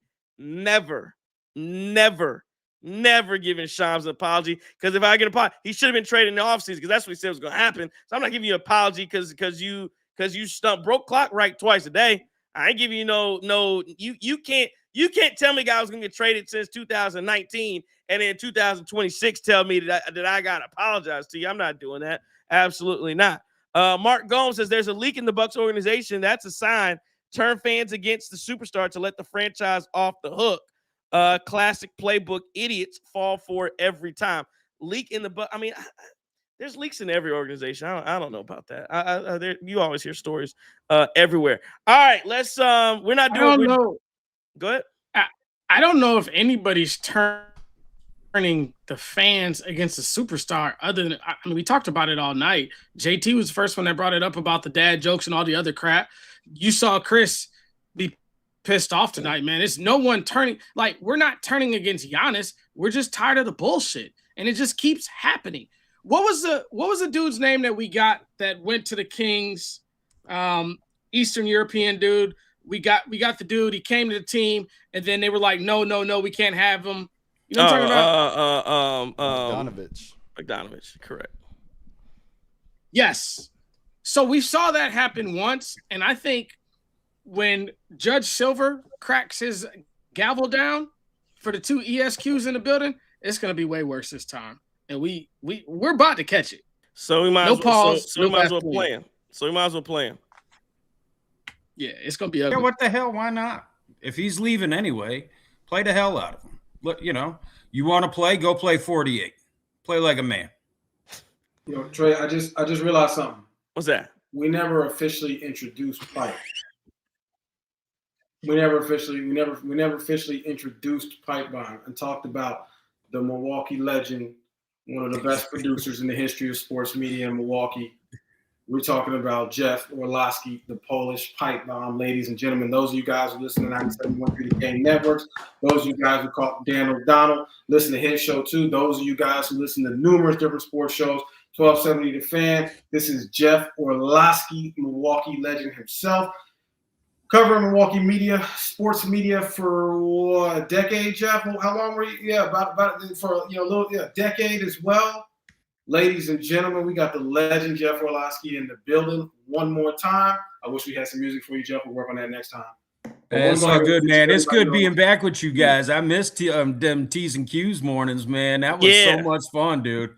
I look forward to that all week long. Oh, man, we have a lot to talk about now. We would certainly have a lot to talk about. It'd be great to do it. For those of you guys who are new to this show, we all used to be a part of On Your T's and Q's on 97.3 The Game Networks. Jeff was our famous producer. So yeah, man, this is a reunion night for us. We're really glad y'all are in the room with us. I'm excited that you got all of us in the room, man. I can't believe it. I like it.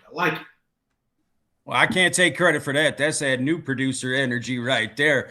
Able to work that technology. I'm too old for that shit. You know me, man. So, I got my IT department. That's my 13-year-old kid. So, he keeps stuff moving around here. There we go. Good stuff. Yeah, man. Jeff Orlowski in the building. Polish Pipe. I'm in the building. You love to see it.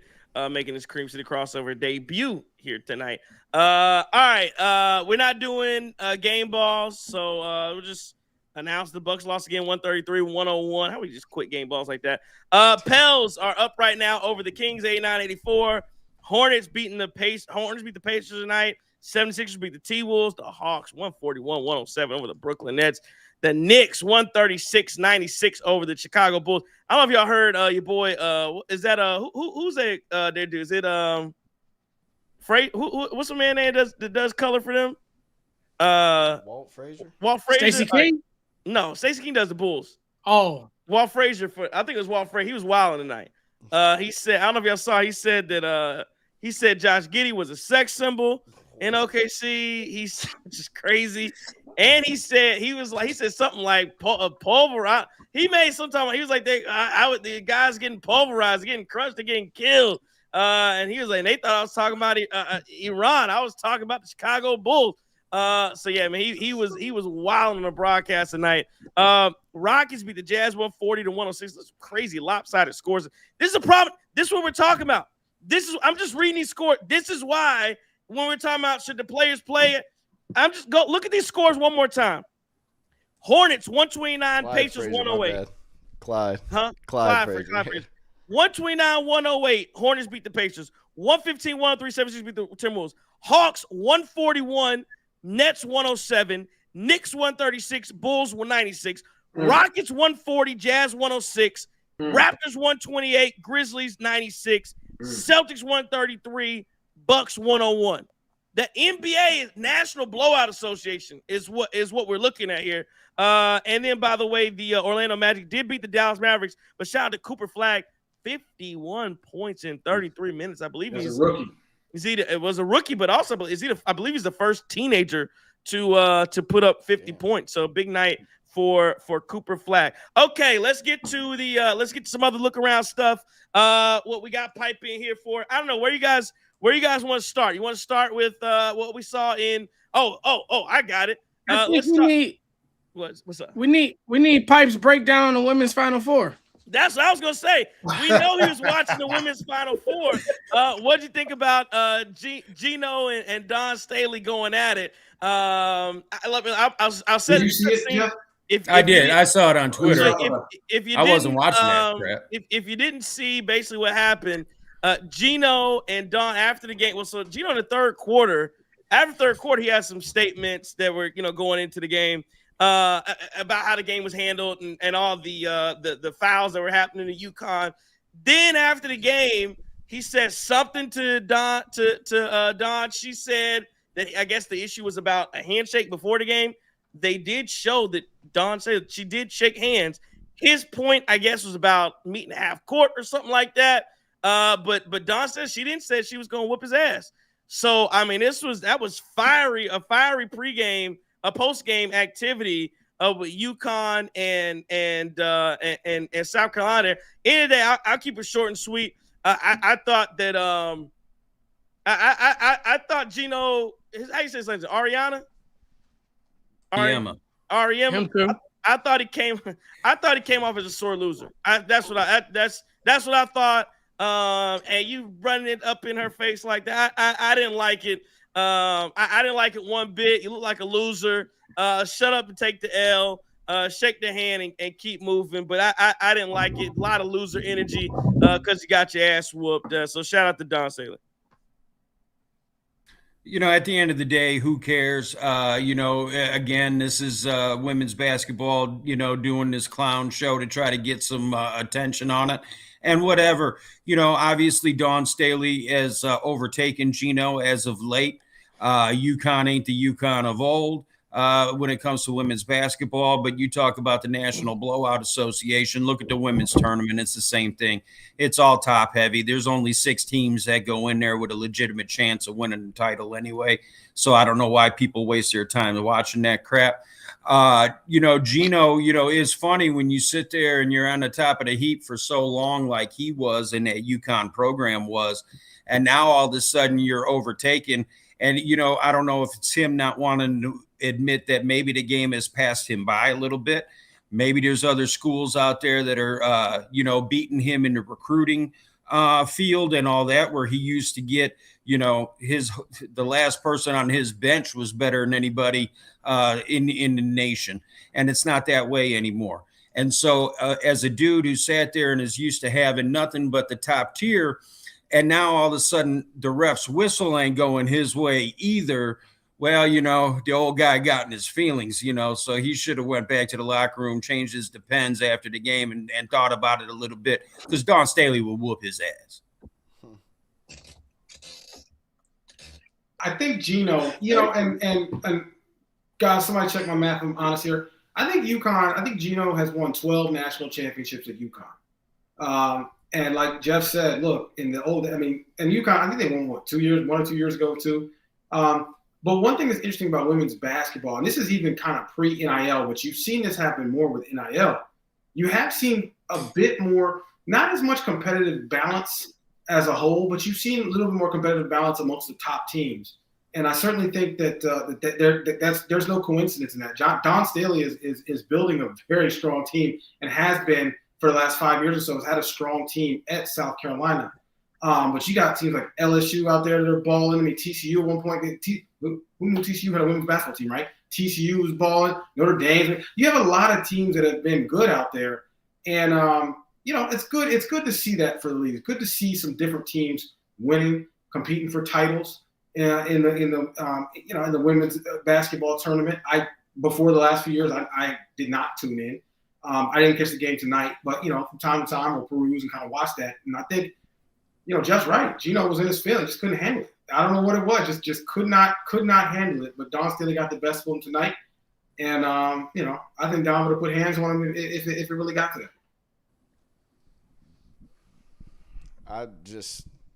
This is what I miss on your T's and Q's for, because I can sit there and agree with Pipe and just say, I didn't watch. I didn't really care to watch that game. Yeah, I mean, it is what it is. I think Gino is a great coach, probably still is. Dawn has kind of obviously been able to win her fair share of games and championships and stuff like that. And at the end of the day, NIL changed the whole landscape. Not to say UConn doesn't have NIL, because they do. I'm sure they do, and I'm sure it's very competitive. But at the end of the day, like, it's a basketball game. They can anybody can win any given night. I get the complaints about the six fouls, no fouls, the opposite end. Like, I get that. I get the frustration. I wouldn't necessarily say sore loser, because if he was a sore loser, like, I mean, you just look at the resumes, they're vastly different. So, like, I think he had an actual complaint there, but I didn't watch the game. So now we got South Carolina versus UCLA in the finals. I'm gonna definitely make sure I tune into that one. But Gino came down here to Trey's country, North Carolina, got Sarah Strong out of Raleigh, Durham, to go up there, and she's I think she had 12 and 12 tonight, if I'm not mistaken. But I'm just gonna say this, man. My favorite point guard of all time, fight with your mama, don't fight with me, is Jason Kidd. But I'm equally up there with Dawn Staley. Like, just that woman did things with the basketball that's just insane, man. Almost walked into a pause there. I just gotta say, man, Gino, he gave me big hoe energy tonight, though. Like, that's some real hoe shit the way he was complaining, man. You are, like Chris just said, your resume speaks for itself, so you don't have to do that stuff. Hey, man, we got outplayed. Moving on, I'm gonna go back to the drawing board. I'm coming back next year, because he will, and he will be there. But that's just weak to me what he did. And my only other premise as a super girl dad, I got 3 daughters. You can't say my guys are getting hacked down there. If you want your guys to get hacked down there, go coach the men's game. Just saying. Well, here's one other point I would say is, like, I think, like, the whole women's thing, like, needs the drama like that. Like, they need the Caitlin Clark, Angel Reese. Sure. But where the issue is that UConn's eliminated. So, like, they don't have the storyline to build up to a national championship or a Final Four now. What carried Caitlin Clark and Angel, like, yeah, it'll probably be good next time they face off, maybe next season. But right now, I mean, UConn got eliminated. But they do need that. They need that villain arc, or they need that villain versus hero or whatever to get those ratings that they did when Caitlin Clark and Angel Reese stole the show for a couple of years. But that shows you that your product is bogus, because if you got to turn your sport into professional wrestling, there's a problem. The sport should be able to speak for itself, and it can't, because we all know that if the Staley and Gino thing didn't happen tonight, there ain't no way in hell this was the Final Four on the chick side was going to get mentioned. Well, 100%. But I think that goes for everything. You do need a little bit of entertainment that goes along with your sport, and that goes to Chris. You walked into it. You talk about ratings. I meant to ask you guys. There's been a lot of ratings discussion. Now, for the record, I'm like Jeff when it comes to the NBA. It's how I am with Major League Baseball. I don't watch a ton of it. I watch the Brewers every now and again, but I'm not on the edge of my seat every single night waiting on the MLB to come on. But I recognize that the Major League Baseball their ratings has been through the roof start of the season. As a matter of fact, 4 of the last 6 World Series have outperformed from a ratings perspective the NBA Finals from average viewership. And I've seen people say, "Oh, well, that was because of Shohei Ohtani." Not quite. I believe, if I'm not correct, the 2 World Series that the Houston Astros has outperformed every World Series. Has outperformed every NBA Finals since the Warriors and Celtics a few years ago. So my point being, and I guess I want to ask you guys, I think, and again, I said it's funny because I said it on Twitter maybe a week ago, and I got killed by a bunch of NBA fans about me saying that the MLB, and I didn't even say MLB took over the NBA. What I said was that there's a true debate now, I think, as to what sport, what league is holding on to that number 2 spot behind the NFL. And I think there's a true debate, and I think the MLB has a case to say that they are number 2. Are you seeing that? Is that, again, goes back to the load management problem? There's a stat out with how many primetime games NBA players have missed. You can't go, again, I was just in Milwaukee, saw 2 games, didn't see Giannis in either game. I believe, and then the game against the Clippers, the entire team was out. So, they had a good effort, but basically the entire team was out. So you can't buy, if you get a ticket to an NBA game before it happens. We gave away tickets to the Memphis Grizzlies game. I don't know who's going to show up and play that night. Maybe this new information gets Giannis there. Maybe it doesn't. But my point, you can't buy an NBA ticket in advance because you have no idea who's going to show up. My question to you guys, has the MLB, or do you think that there's real competition, does the MLB just taking over the NBA as far as the number 2 sport in the nation? I definitely think it's discussion, but I wonder where you guys are on that. You know what? I can't believe I'm saying this, but yes, I do. I think right now the MLB overall product quality is better than the NBA. One, because we have talked this load management situation. The NBA, Adam Silver has not found a way to stop it. It's going to keep happening. Yes, you made a threshold for postseason awards of 65 games. The league seems to be collectively unfazed over that. I think the product quality. The other thing about baseball, though, think about the play. Think about last year, the Brewers Cubs, right? Like, you just think about these different playoff series where it just means a lot more. People get into it. People genuinely get into it. I mean, divisions matter. I don't know why the NBA doesn't understand that divisions matter. Divisions matter. But here's the other thing. Think about the World Series last year when you were watching the Blue Jays, which nobody in America gives a damn about the Blue Jays, but you're watching the Blue Jays and the Dodgers. That was one of the most entertaining World Series. I mean, you just think about that, right? For all the drama, everything. I mean, my man out there, who was out there? What's buddy Yamamoto was out there slinging it. I mean, it was literally what you saw the Dodgers players running into each other like, oh my, everybody's on the edge of their seat.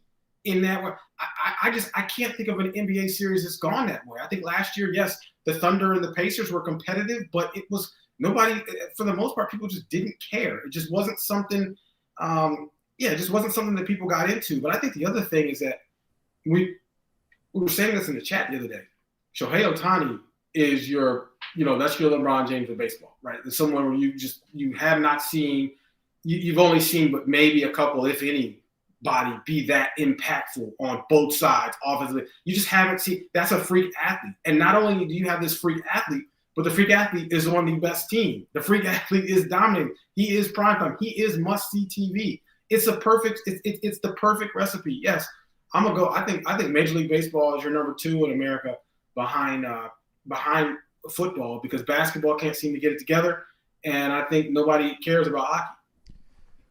Well, then I'd also say, like, when you look at what these other sports do to lead up to those postseasons, or even I'll take World Baseball Classic for an example. Like, while the NBA is having these 40-point blowouts every night and teams are tanking and teams are sitting guys and there's no competition and essentially playoff spots are still like not really even in the balance anymore. Like, yeah, you might have a couple teams fighting for the play-in, but that's like, it's not anointment TV leading up to the actual playoffs. Whereas college basketball, what do you have? You have conference tournaments. You got bid stealers. You got bubble talk. You got field of 68 talk. You've got, for the World Baseball Classic to also go on at the same time as that, while the NBA is on the decline until the big upswing when it comes to the playoffs.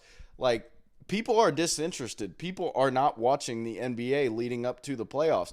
Football, you take that for an example. How many times have games come down to the last second, field goal and a team needs a win to get into the playoffs. Like, you're just not getting those moments in the regular season in the NBA, and that's a problem. That's why I think all these other sports are taking away from the NBA, because they're more entertaining throughout even the course of the season. And I know the MLB season is super long, but it's relatively a standalone sport in the summer.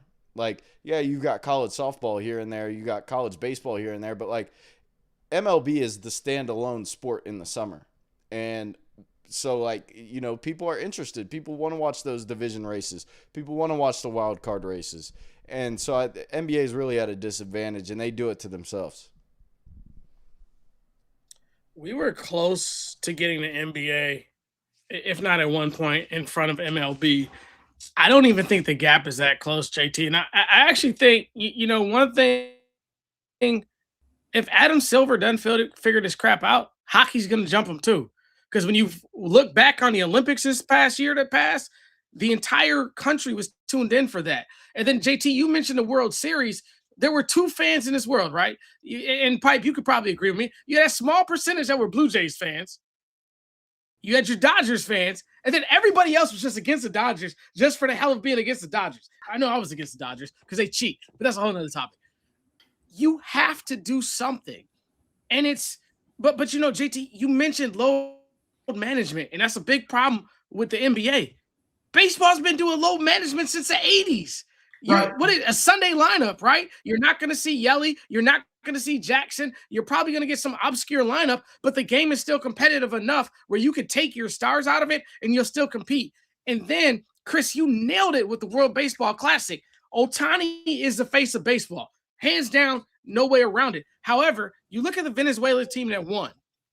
Ronald Acuna Jr., if he doesn't go through this injury stuff, he may be pretty close up there. Then you look at our 2 Brewers, Churio, young guy, a lot of spike coming up. Contreras, arguably, Pipe, I'm biased, best catcher in the baseball, but you got him.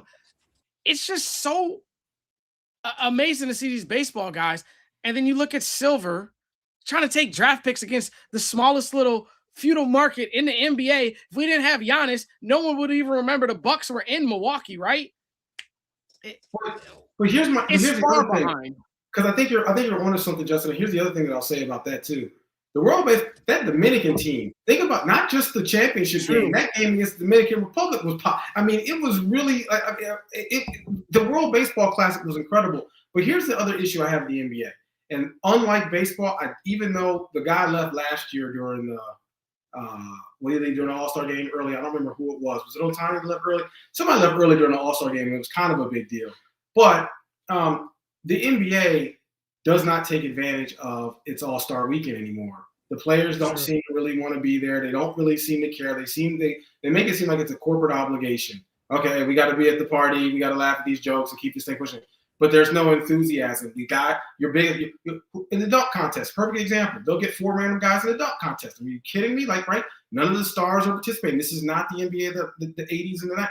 The All-Star, nobody plays hard. Nobody really cares, right? They can't make guys care about it. Whereas Major League Baseball, everybody's watching that home run derby. And there's a lot of big bats in it. They didn't call up just a bunch of minor league dudes to come out here and see who can get this thing 400 feet. You got big names and big bats, and those guys are showing up and giving people a show. It doesn't sound like much, but it means something. And that's why I think all of these are factors as to why baseball, MLB, just has a slightly better product quality than I think the NBA at this point. Slightly better? Oh, that's a hell of a lot more than that. Okay. And the thing is that it's hard to compare the two because you got a game every single day in baseball, where basketball you get twice a week. And so if Jackson Churio, if Yelich, if somebody sits for a day, Sunday lineups, that's a real thing. It's not as big of a deal because you still got 5 or 6 times to see those guys perform that week. So it's hard to compare those two. The thing is, for me, is that the NBA got caught up in their own headlines and stuff like that. And they thought that when the success was rolling, that it was just going to continue on just a straight downhill, where all of a sudden it was just going to get bigger and bigger and the money was going to get bigger and bigger. And we've seen it with the TV contracts and all that stuff, the outrageous amount of money that these players are making and all that kind of stuff. But now you're getting the blowback with the outrageous amount of money that they're charging fans to get into these games. They're unaffordable anymore. where if you're a baseball fan, you can go see, the Cincinnati Reds. You could walk into AmFam on the secondary market for less than $10 and get a good seat. And they're not sitting there and hitting you $50 to park 3 blocks away either. So it's a lot more economical for the fans and all that. The person who's ruining the NBA is LeBron James. When Michael Jordan was in the league, it was a rocket ship straight up. Arrow was to the moon. Kobe took over straight up into the moon. LeBron, well, now you've crested the top of the hill, and now you're on the way down. It was him that sat there with this load management, horse shit. It was him that sat there and, doing the not 1, not 8, not 10 championships in Miami, all that kind of crap. He's the one who basically single-handedly has killed the All-Star weekend because he refuses to go into the dunk contest. He don't play hard. He basically makes it known that he don't want to be there. So it's hard not to sit there and blame Liach for a lot of the problems that the NBA is having. And one more thing, because, while, I'm a huge basketball NBA fan, the season's too damn long. But, man, the playoffs, dude, I ain't got 6 months for the playoffs. NBA playoffs are great. Come on, Pipe. It is too damn long. You play 82 games, you stretch them out over way too many months, and then you sit there and the playoffs start, and it's like, by the time they're even at the conference championships, it's like, this shit's still going on? Like, it ain't over yet? Come on, man. They got to figure out a way to quicken, speed it up, because I'll tell you, MLB, which has a lot of problems, they get in their own way a lot, but they got their playoffs right. However, the problem that they got is the labor agreement coming after this year. And if they're going to miss time, well, then the NBA is right back into the number 2 spot. That's going to hurt. Wait, real quick. Can I just say one more thing? It'll be quick. There's also something to be said about the actual environment as a spectator being better as in person at a baseball game than being in person at a basketball game. It just, in the NBA at least. In the NBA at least, there's plenty of, there's not as much of a fun environment, a cheering environment. Like, it's not what college basketball is in that sense. Like, the fans aren't there to necessarily cheer and have a grand old time. We just talked about it with Will Lindquist about how, if it wasn't for them at the Bradley Center, like, it would have been dead, right? So, like, there is something to be said about going to a ballpark and cheering on the team that you love.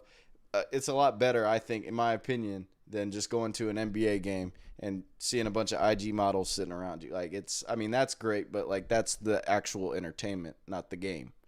Depends on the park. If you're playing in Chicago on the south side and 400 people are there, or you're in Miami and, you could you're sitting behind home plate and you could talk to somebody in the bleachers and you don't even have to raise your voice because there ain't no one in there. The atmosphere is pretty soft there too. Right. Yeah. And the time of day, like Friday night games, wherever you're at, are probably going to be good. Saturday games, day games, whatever, those are going to be good. But the Wednesday at 12:05, like, that's not that great. But overall, I do enjoy myself at baseball games. Hey, can we ask Pipe a quick question? Because we talked about it last night. Hey, LeBron's in your top what? 10.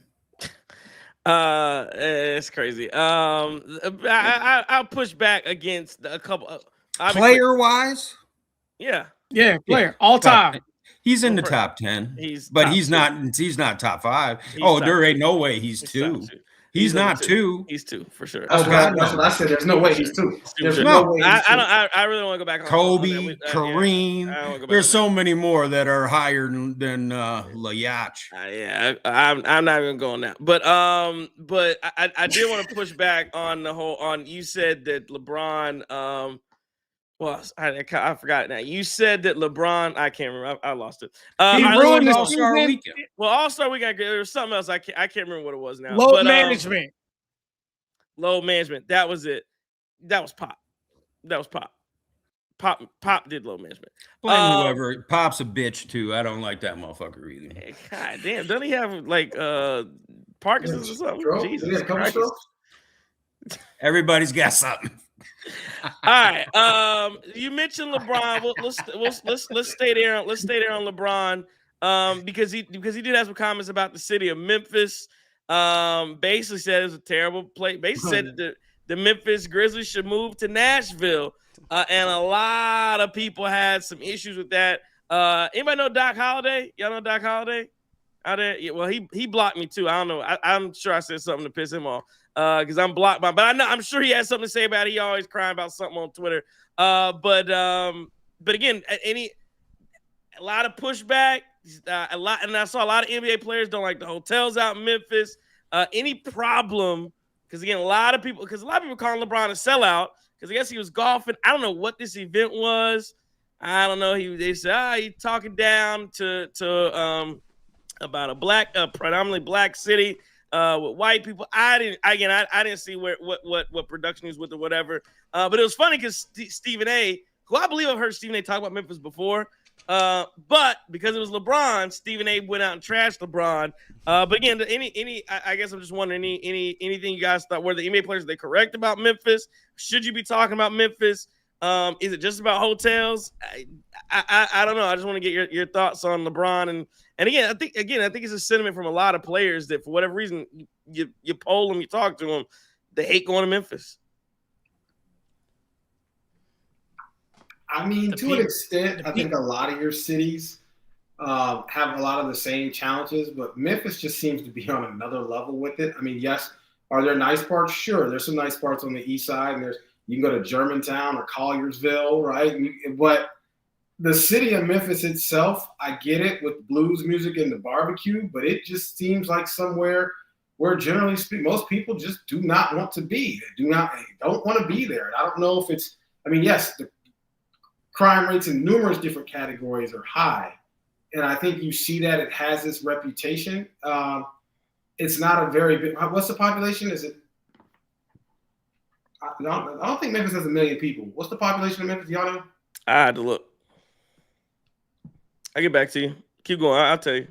You know, but I was going to say it's a smaller city, which doesn't help as far as things to do. I just think that Memphis is one of those spots that people don't. I'm not take a shot at Cleveland. I'm just saying that like Memphis, there's just certain cities where I think people just not a whole lot to do, not a whole lot you want to do. It's a place where you get in and get out and keep this thing pushing. I'm gonna be honest. I've never had a friend say, "Yeah, I'm gonna take a week-long vacation in Memphis." I never had that either. 630,000 in Memphis metro area, 1.3 million if you include. I mean, so if you do Metro Memphis, you're talking about 1.3.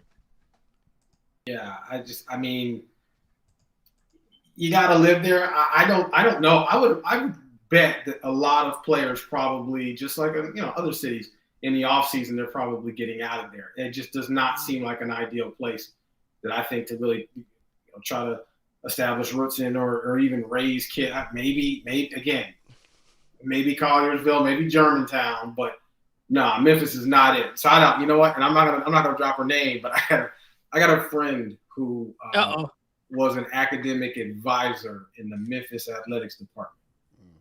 And, she's now at another institution, and she came from a relatively affluent area in the area and went down to Memphis for 2 years to be an academic advisor. And, she couldn't leave fast enough. I'll put it to you, like, she couldn't get out of there fast enough. And I just, I know her, I know it was probably a really, really, really nice spot she was living in, but yeah, she was good on the entire experience. So. I mean, I definitely get the argument from LeBron. Like, I don't know how this turned into the history of Memphis and talking down on a black city. Like, I think it's a legitimate argument that you got to move somewhere where it's probably younger, probably more sports oriented. Now, I know Memphis loves their sports, especially with the fan support that they have in basketball in college. But, like, it's just so much more out there in Nashville. Like, you look at even they had a AAA team that they pack out the house. So like I think it's the Sounds, right? Sounds. The Predators. AAA. Yeah, Predators and the Titans are out there too. And like I think you just go ahead and add to a multitude of a sports town and a vibrant town at that. So don't necessarily get like why he's getting bashed for talking down on Memphis. I think he has a legitimate argument that that's probably not an NBA city. I mean, look at the expansion cities they're talking about.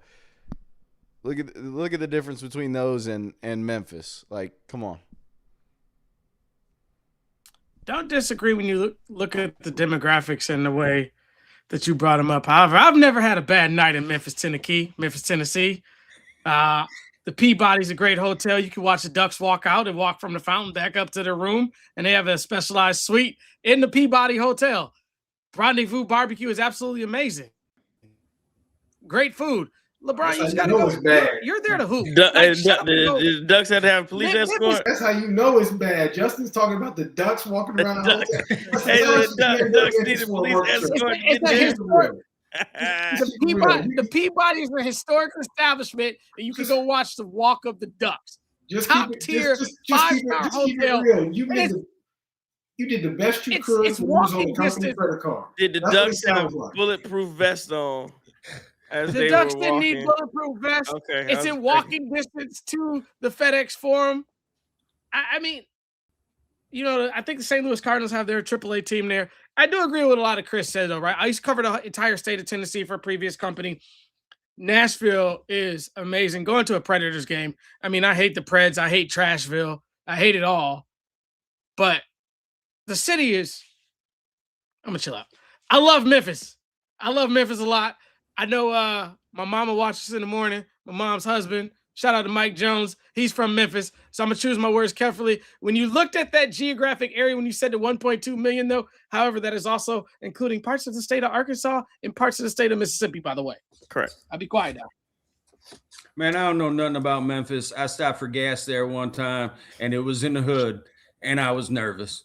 And this guy grew up, 2 blocks away from the west side of Chicago. I worked on the west side, on the south side, and areas that gave Chirac its name, and I was nervous in Memphis. That's all I know. That's all I got for Memphis. Okay. I don't have anything else. Anybody else got any look around topics y'all guys want to get to? Hell yeah. Go ahead. I got 2 of them. All right. Okay, so now in my life, I've had, a few addictions, cigarettes and stuff like that. You know how, beautiful women, you know how when you are in the process of starting an addiction, I don't know how to stop because I'm starting a new one. I fell back in love with an old favorite. I got it sitting right here. Oh, Funyuns. These things are legit. All right. I sat there. I went a long time for, with no Funyuns in my life. I'm kind of glad they're back. So, if something happens, I have a heart attack tonight. Blame Funyuns. But how are we going to do a look around and nobody's even going to mention the Final Four? Like the real Final Four. Oh, ILL. Go ahead. You gotta get there. I thought before that, Jeff. I thought before that you would want to weigh in on Eldrick Woods. Y'all know him as Tiger and his addictions, whatever he's got going on. Because Tiger, he's in a bad place. Oh, he fell in the can't get right pit in 2009 and hasn't been able to get out since. It's been there in 20 years, and Tiger's still trying to climb up the walls of that thing. I don't know what's wrong with Tiger Woods, man. Well, you want the top 10 or you want the whole list? The thing with Tiger, and I'm not going to make fun of somebody, with addiction problems and all that kind of stuff. It affects everybody. Everybody knows somebody, a friend in your family, stuff like that. That's get a driver. Dealing with it and stuff. Yeah. You're too rich. You're too rich to be that stupid. And, also, Tiger is a perfect example of why men aren't as smart as women. Because, his whole life went downhill over that foreign chick that beat up his car with the golf club. And so, he hasn't been right since. So, we know there's a million and a billion examples of men doing stupid stuff. Or women, well, Tiger's whole world fell apart because of one chick, one foreign girl. But I wish him all the best. I hope he gets better. I'm trying to figure out why they made him do the Dante Culpepper on the thing. He had him do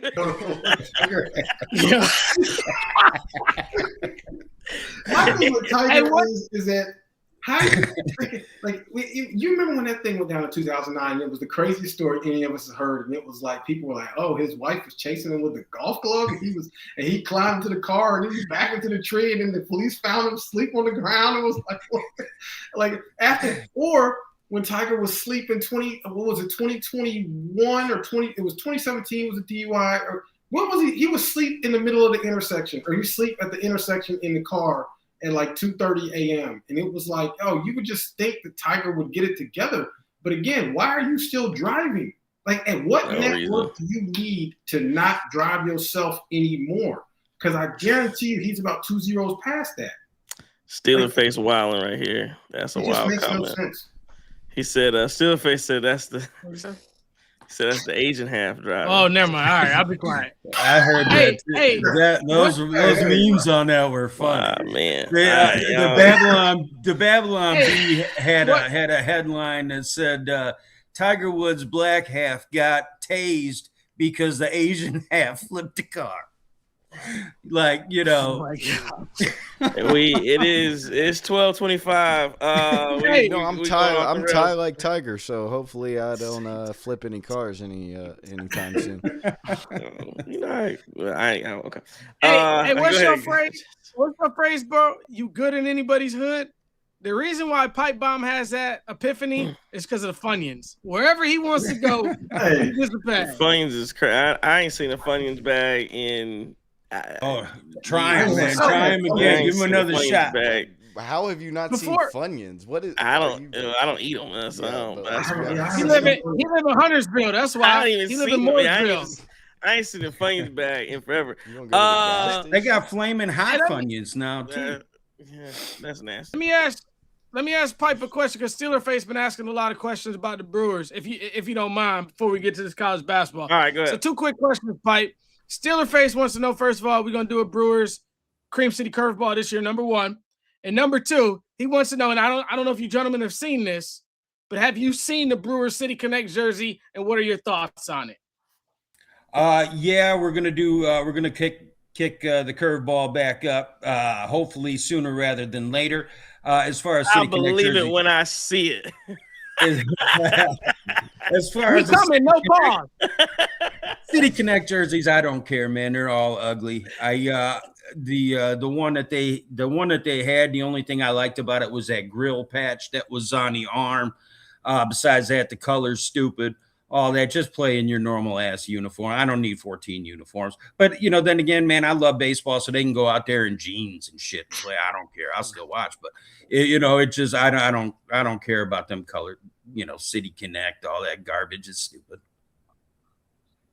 All right. UConn, Illinois is at around 6 o'clock. Did you pronounce that? Tell he from the South.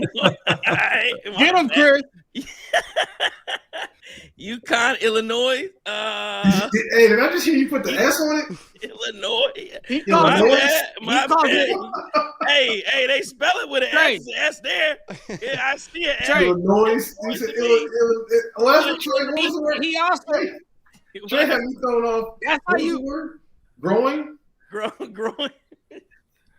You go to that Leering Center, that's like them people that put the X in Xavier. It ain't no X, it's just Zaver. Xavier. I gotta ask you a question. All that. So, good. We had another moment on the show. Trey, this is why you're officially UNC status. You pronounce the S on Illinois, and I know you go grocery shopping at Kroger's and you buy your clothes from Belt. Yeah, I never. Belt. All right. UConn versus the Illini, 6 o'clock Saturday. Where you going there? And then of course you got Michigan and Arizona. After that, okay. Y'all better put some respect on it. Y'all better put some respect on it. On the University of Arizona. Y'all better put some respect on these Wildcats. Yeah, you almost lost your damn coach.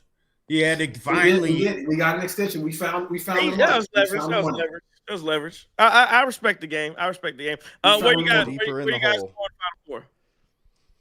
Hey, I got UConn and Arizona meeting in the NCAA championship. I think this UConn team, the crazy thing about this UConn team is they were down at one point, 17 against Duke. And Duke just blew that lead. And it just was one of those things where, that shot was incredibly clutch. It was a stop and you had to throw it up there, and he hit it. And that's what March Madness is about. That's a very, very that's what makes it such a cool experience. Stuff like that happens that you never would expect. I thought UConn was out. Again, Dan Hurley is the asshole that you need, but you don't necessarily like. The stuff that he says, the stuff that he does, it's Bobby Knight with internet access. If you look at the stuff that he says and the way he trolls and the jokes he says from telling refs they need LASIK and all kind of stuff. Dan Hurley bumping refs, nobody gets away with this stuff except for Dan Hurley, but he's just so good at what he does. He's so good at what he does. He's so good for the game because, again, you need assholes because people respect it and people need somebody to root against. And once again, Dan Hurley has found himself in another Final Four, and he is that guy of the 2020s. There is no question about it, right? He's on his Nick Saban path for the 2020s. And Dan Hurley, again, I'm not a fan of him. I certainly don't like Duke. I wanted to root for him. I wanted to see Duke lose. But how many of y'all thought it was over when they were down 17? And it was like, oh, here comes that belt. That belt's coming out. And then to win in the last 2 seconds, just absolutely remarkable from Dan Hurley. I'm going UConn over this Illinois team. Because I don't believe in the Illini. I think they've got a lot of talent. They've been a bit I don't know. They were good. Then they kind of fell apart. Now you're seeing it here, but I think you just can't count on a Dan Hurley coach UConn team. Give me UConn and take the points. Yeah, I'm going double opposite of JT. You see Illinois and all the guys that have Polish-looking last names, like the pipe bomb, like Orlovsky. They have multiple overseas guys that are playing really well. They're ferocious. They can shoot the basketball. They're a good team. When I look at the games UConn has played to even get there, it's like they're scraping by. And I don't think that they have the depth to compete with Illinois.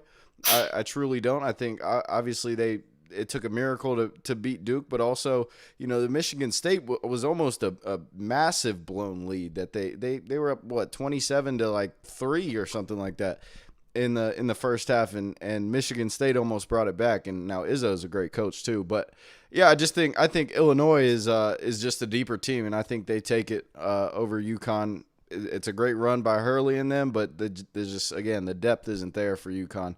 And then the Arizona-Michigan game, it can go either way, but I think the lack of experience that Arizona has and that Michigan does have, I just think Michigan's experience takes them, and they beat Arizona because there's so many, great. They have great freshmen, Arizona does, but just those guys have been together for a little while. They've added pieces here and there, and big pieces at that, with Yaxel Landeborg, very high on him. Very high on the guards. Elliot Cadeau, although he had that allergic reaction, I think he'll be ready.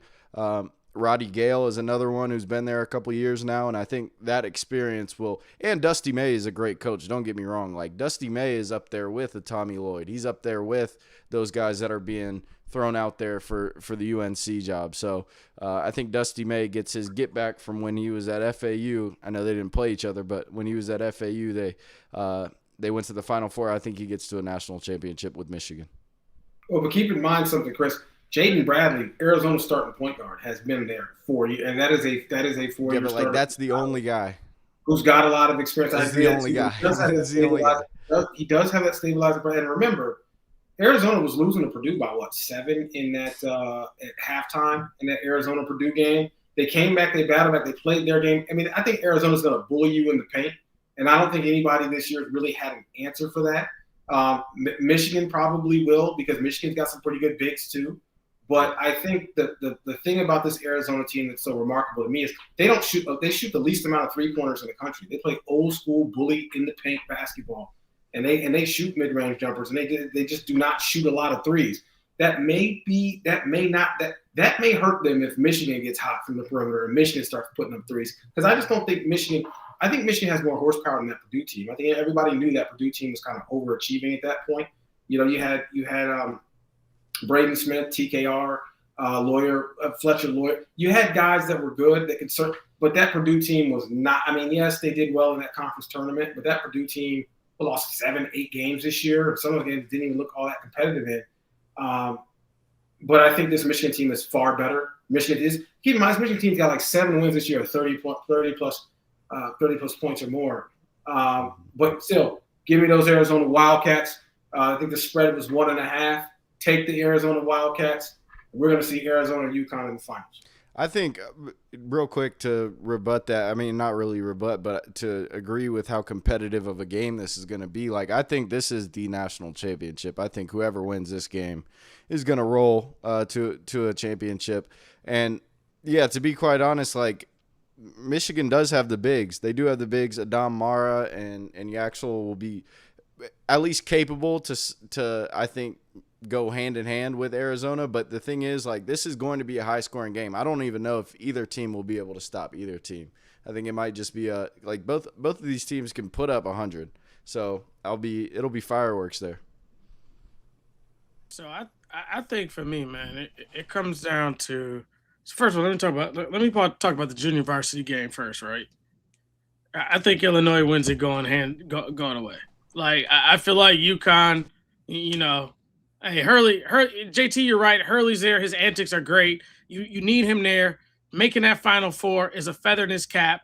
He cemented himself as a relevant coach, not just because of his antics, but because of what his teams can do. However, JT, for me, it's just one thing. If Bradley come out with them cornrows straight to the back, it's over. Michigan cooked. That dude is a dog. I'd like to see him in a Bucks uniform. If he come out with the cornrows straight to the back, we're gonna see Michigan. We're gonna see Arizona versus Illinois, and then I'm gonna let you and Pipe Bomb wrestle it out for that national championship. I need Arizona to win it real quick. I cannot lose to these women in my house that don't watch college basketball. So I'm Team Arizona. I'm a Wildcat, Bearcat, Meerkat. Give me the cats, all 3 of them. Well, also, you also know that Justin was going to be on Arizona's side because the Wisconsin Badgers, although they disappointed, they gave Michigan like probably the 2 hardest games they've played all season. So I know Duke got them, but like Wisconsin was on the verge of beating them twice, and so there's probably some credence there for sure. I'll be quick. Go ahead, JT. No, I was going to kick it to you, Jeff. I was going to say, speaking of Wisconsin, Jeff, talk to us. You think it's time to part ways with Greg Gard? If you're dumb, yeah. But no, man, Greg Gard's a good coach. You know, there ain't no way in hell I'm getting rid of him. He's proven year after year that he knows what he's doing in the portal. His team gets better as the year goes on until unfortunately the NCAA tournament. Where they just sit there and for whatever reason they can't get it done. But, no, I think that the program would take a huge step back if they replace Greg Gard. I'd give him another extension. Getting to this year's Final Four, though, I'll start with the JV game, Arizona and Michigan, the 2 most overhyped teams around for years and years and years. Arizona ain't winning no championship. Lute Olson ain't getting dug up. They're going to put his old ass back on the sideline. Ain't going to happen. Michigan, how many titles they got? 1. Come on, man. What? That team gets so much pub and all this stuff to constantly fall short. Fab Five is still talked about and legendary and all this kind of stuff. What'd they win? Nothing. So, the game of the busters, I'll take Michigan because I like the Big Ten. But it doesn't matter because they're both going to lose to Illinois, the ILLINI Team Crabs. Chris, you're 100% right. So many foreign kids on this team. There's 14 itches on this team. I call it Team Itchy. They got an itch from every one of them Eastern European countries. So Team Crabs, man, Stojakovic, Mirovic, pick an itch. They got them. They're deadly on the inside, deadly under the, up close, right to the hoop in the paint. So, yeah, ILL, man, Brad Underwood, his coming out party. I can't wait for them to hopefully at least beat UConn because, Hurley, I hate that guy. But yeah, and then I think UConn and Illinois, whoever wins that game, Illinois is going to win the championship. What Shaq say? Them bitches can shoot, them bitches can play. There you go. Yeah, Team Itchy, baby. I'll just stick. I'm going to Illini, and I'll go Chris King, Illini, and Michigan for the dubs there. Anything else anybody wants to get at? So y'all are really choosing an all Big Ten final? Yep. They do it in football. Well, it's about time, man. Big Ten needs it because they ain't won since the turn of the century.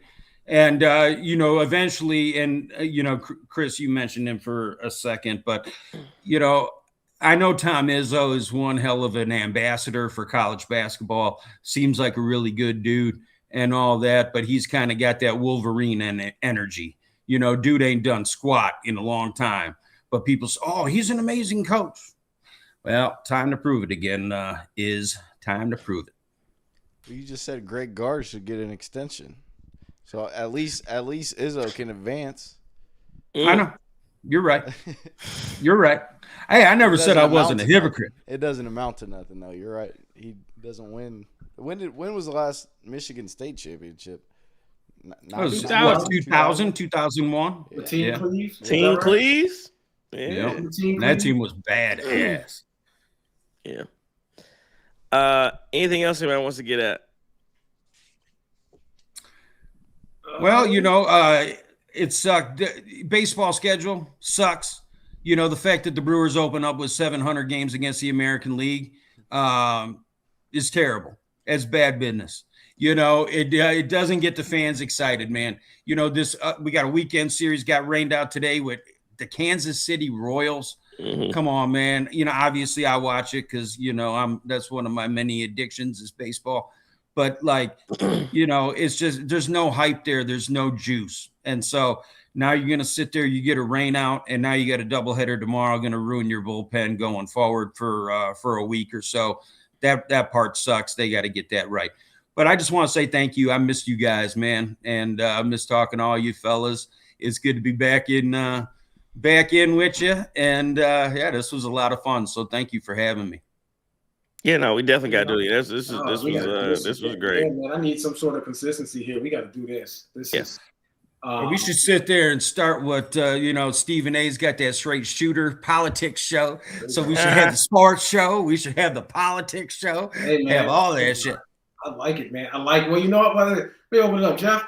What's your prediction on Iran? We're gonna win. You think we're gonna win? Yeah, obviously we're gonna win. It sucks what happened with that plane going down today. Hopefully they find that second pilot. But was it a good move? Probably not. I can't say it's not a good move. We've been talking smack and they've been killing Americans for almost 50 years. So it's about time they took a couple missiles here and there. But do I want something long and drawn out and boots on the ground and all that stuff? No. But you can't say the world's not a better place with that one dude, the Ayatollah being dead. Does the Strait open back up? Of course. You think the Strait opens back up? Hey, I'm just one thing that in guys to get a bit geopolitical. One thing I do wonder is how much does that hurt Iran, right? Like the Strait of Hormuz being closed. I mean, I've read it's actually helping them. They're exporting more than they were before. I don't know if you can believe that. But I would just imagine that there's got to be some implication to an extent. It's got to be a bit of a boomerang, right? It's got to be some sort of drag on the economy in Iran too, to keep this thing to have this bottleneck and not have ships moving at all through the strait. Well, and I don't know how, because we had so many sanctions on them for so damn long that they shouldn't have been able to move that stuff to begin with. And so, it's hard to believe, the reports of them with more exports than ever and all this kind of stuff. Like I said, the world's a better place because that dude got killed. Obviously, they can't sit there and have a nuclear weapon ever. That's was it a bright move to do it now? I kind of think that because of the success that Trump had in getting Maduro, that kind of gives you big ball energy. And, maybe he thought that this was going to be a lot easier than what it's kind of turning into. Well, I probably can't speak on that. I ain't got that for you tonight on that. If it helps national security, I'm all for it. That's what I'll say. I did like the idea of national security, and the national security here seems relatively fine. You heard all that talk about sleeper cells now. I'm not going to go out there and throw or be too early on that. Knock on wood, that doesn't happen. But let's be real here. Our national security has been relatively fine, and it might not have been had we not done this. So who knows? Yeah, I just want to, I appreciate the thoughts, the prayers. I did get robbed the other day. So yeah. Filling up your tank. I got robbed the tank, y'all, but I appreciate everybody. I'm okay. What? I'm okay, man. I'm okay. Wait, hold on. What? He still missed it. Nah, you talking about prices, gas dog. Yeah. You talking about your gas tank? Gas Well, tank, Trey's fancy behind drives Trey's fancy ass drives a nice Jaguar. I wish I didn't have a premium only. I got a diesel in there. It's killing me. You got a diesel? Yeah, I got it. Yeah, and the crazy. Oh, you are country. Yeah, that diesel. Man, I had an issue with it, man. It was only they don't even make those in North America. Oh, you got a John Deere hat on, driving a diesel. What the hell? You crazy? Yeah, but it's funny because when we was on T's and Q's, that was during the Bidens, and I don't remember you bitching about gas prices. Nah, they wasn't as high. They wasn't. Yes, they were. It wasn't $5.50. No, it wasn't. It wasn't $5.50 for no diesel. It ain't $5.50 here in the good land. It wasn't no $5.50 with the damn diesel. Joe Biden was in there. Y'all had $5.50 to 704? Huh? Yeah, diesel. Y'all had $5.50 to 704? Yeah, diesel for sure. I think unleaded I think unleaded's it's about to hit 4. But get a real car, man. What the hell you buy a diesel for?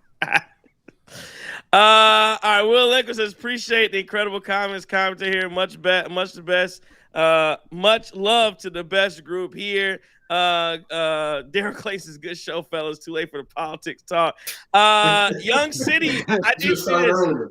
Young City said Joel Embiid just said the same thing Giannis said, but no outrage or multiple Shams tweets. I did. So I don't know if you saw this. Joel Embiid did say that it was a question for Daryl Morey. He said he wants to play. Daryl Morey's holding him out. So same kind of deal. We'll see if that gets the same kind of attention. But all right. Nobody takes Joel Embiid serious. He misses games for colds. Well, yeah, he's trying to hit the career number of games played. He's trying to get to triple digits. He's been in the league, 30 years? Yeah, and can't get out. He got a hangnail, can't play. All right, Liz, last call. Anything else we need to get at before we get up out of here? All right, taking as a note. All right, we appreciate everybody for joining us. Pipe, Jeff Orlowski, man, we absolutely appreciate it. It was a pleasure. Thank you guys. Appreciate everybody for watching and joining with us tonight. You could have been anywhere in the world, but you were here with us, and we appreciate it a great deal. Thank you for rocking out with us through the Giannis stuff, through the Bucks. And again, it's just another night you get blown out by 30 points, and we got to be here talking. So again, we had some fun, talk about some other things, obviously to get our mind off of these ass whoopings. But again, we're only 5 games away. It is going to get real again about the Milwaukee Bucks, because this is the biggest offseason in the last decade. What you will see with the Milwaukee Bucks. So, in as much as it pains us to watch these games, lose these games, enjoy it in a way, because this is going to be the last time you can joke and not be serious about what's happening on the court, because once that season ends, every single move will be scrutinized to no end. Every single one is going to be a big move for the Milwaukee Bucks and the biggest offseason in probably in franchise history. So we'll talk about it. We'll be there with you every step of the way. But we appreciate you joining us. If you joined us on Twitter, if you joined us on YouTube, if you're going to join us and watch this replay late, we appreciate it 100%. Like, follow, subscribe. Hey, if you like the pipe bomb on the show, hit that like button for us. Appreciate it. Subscribe, follow all the good stuff. Tell a friend about the Creeps Across. It is the best Milwaukee Bucks post-game show in all of the land. This has been a Cream City Media Group production from the Guru Wrestler, JT, Chris King, Justin, Pipe. There we go. If I am your enemy, it is only because I dare to tell you the truth. Don't take no wood nickels. Kurt.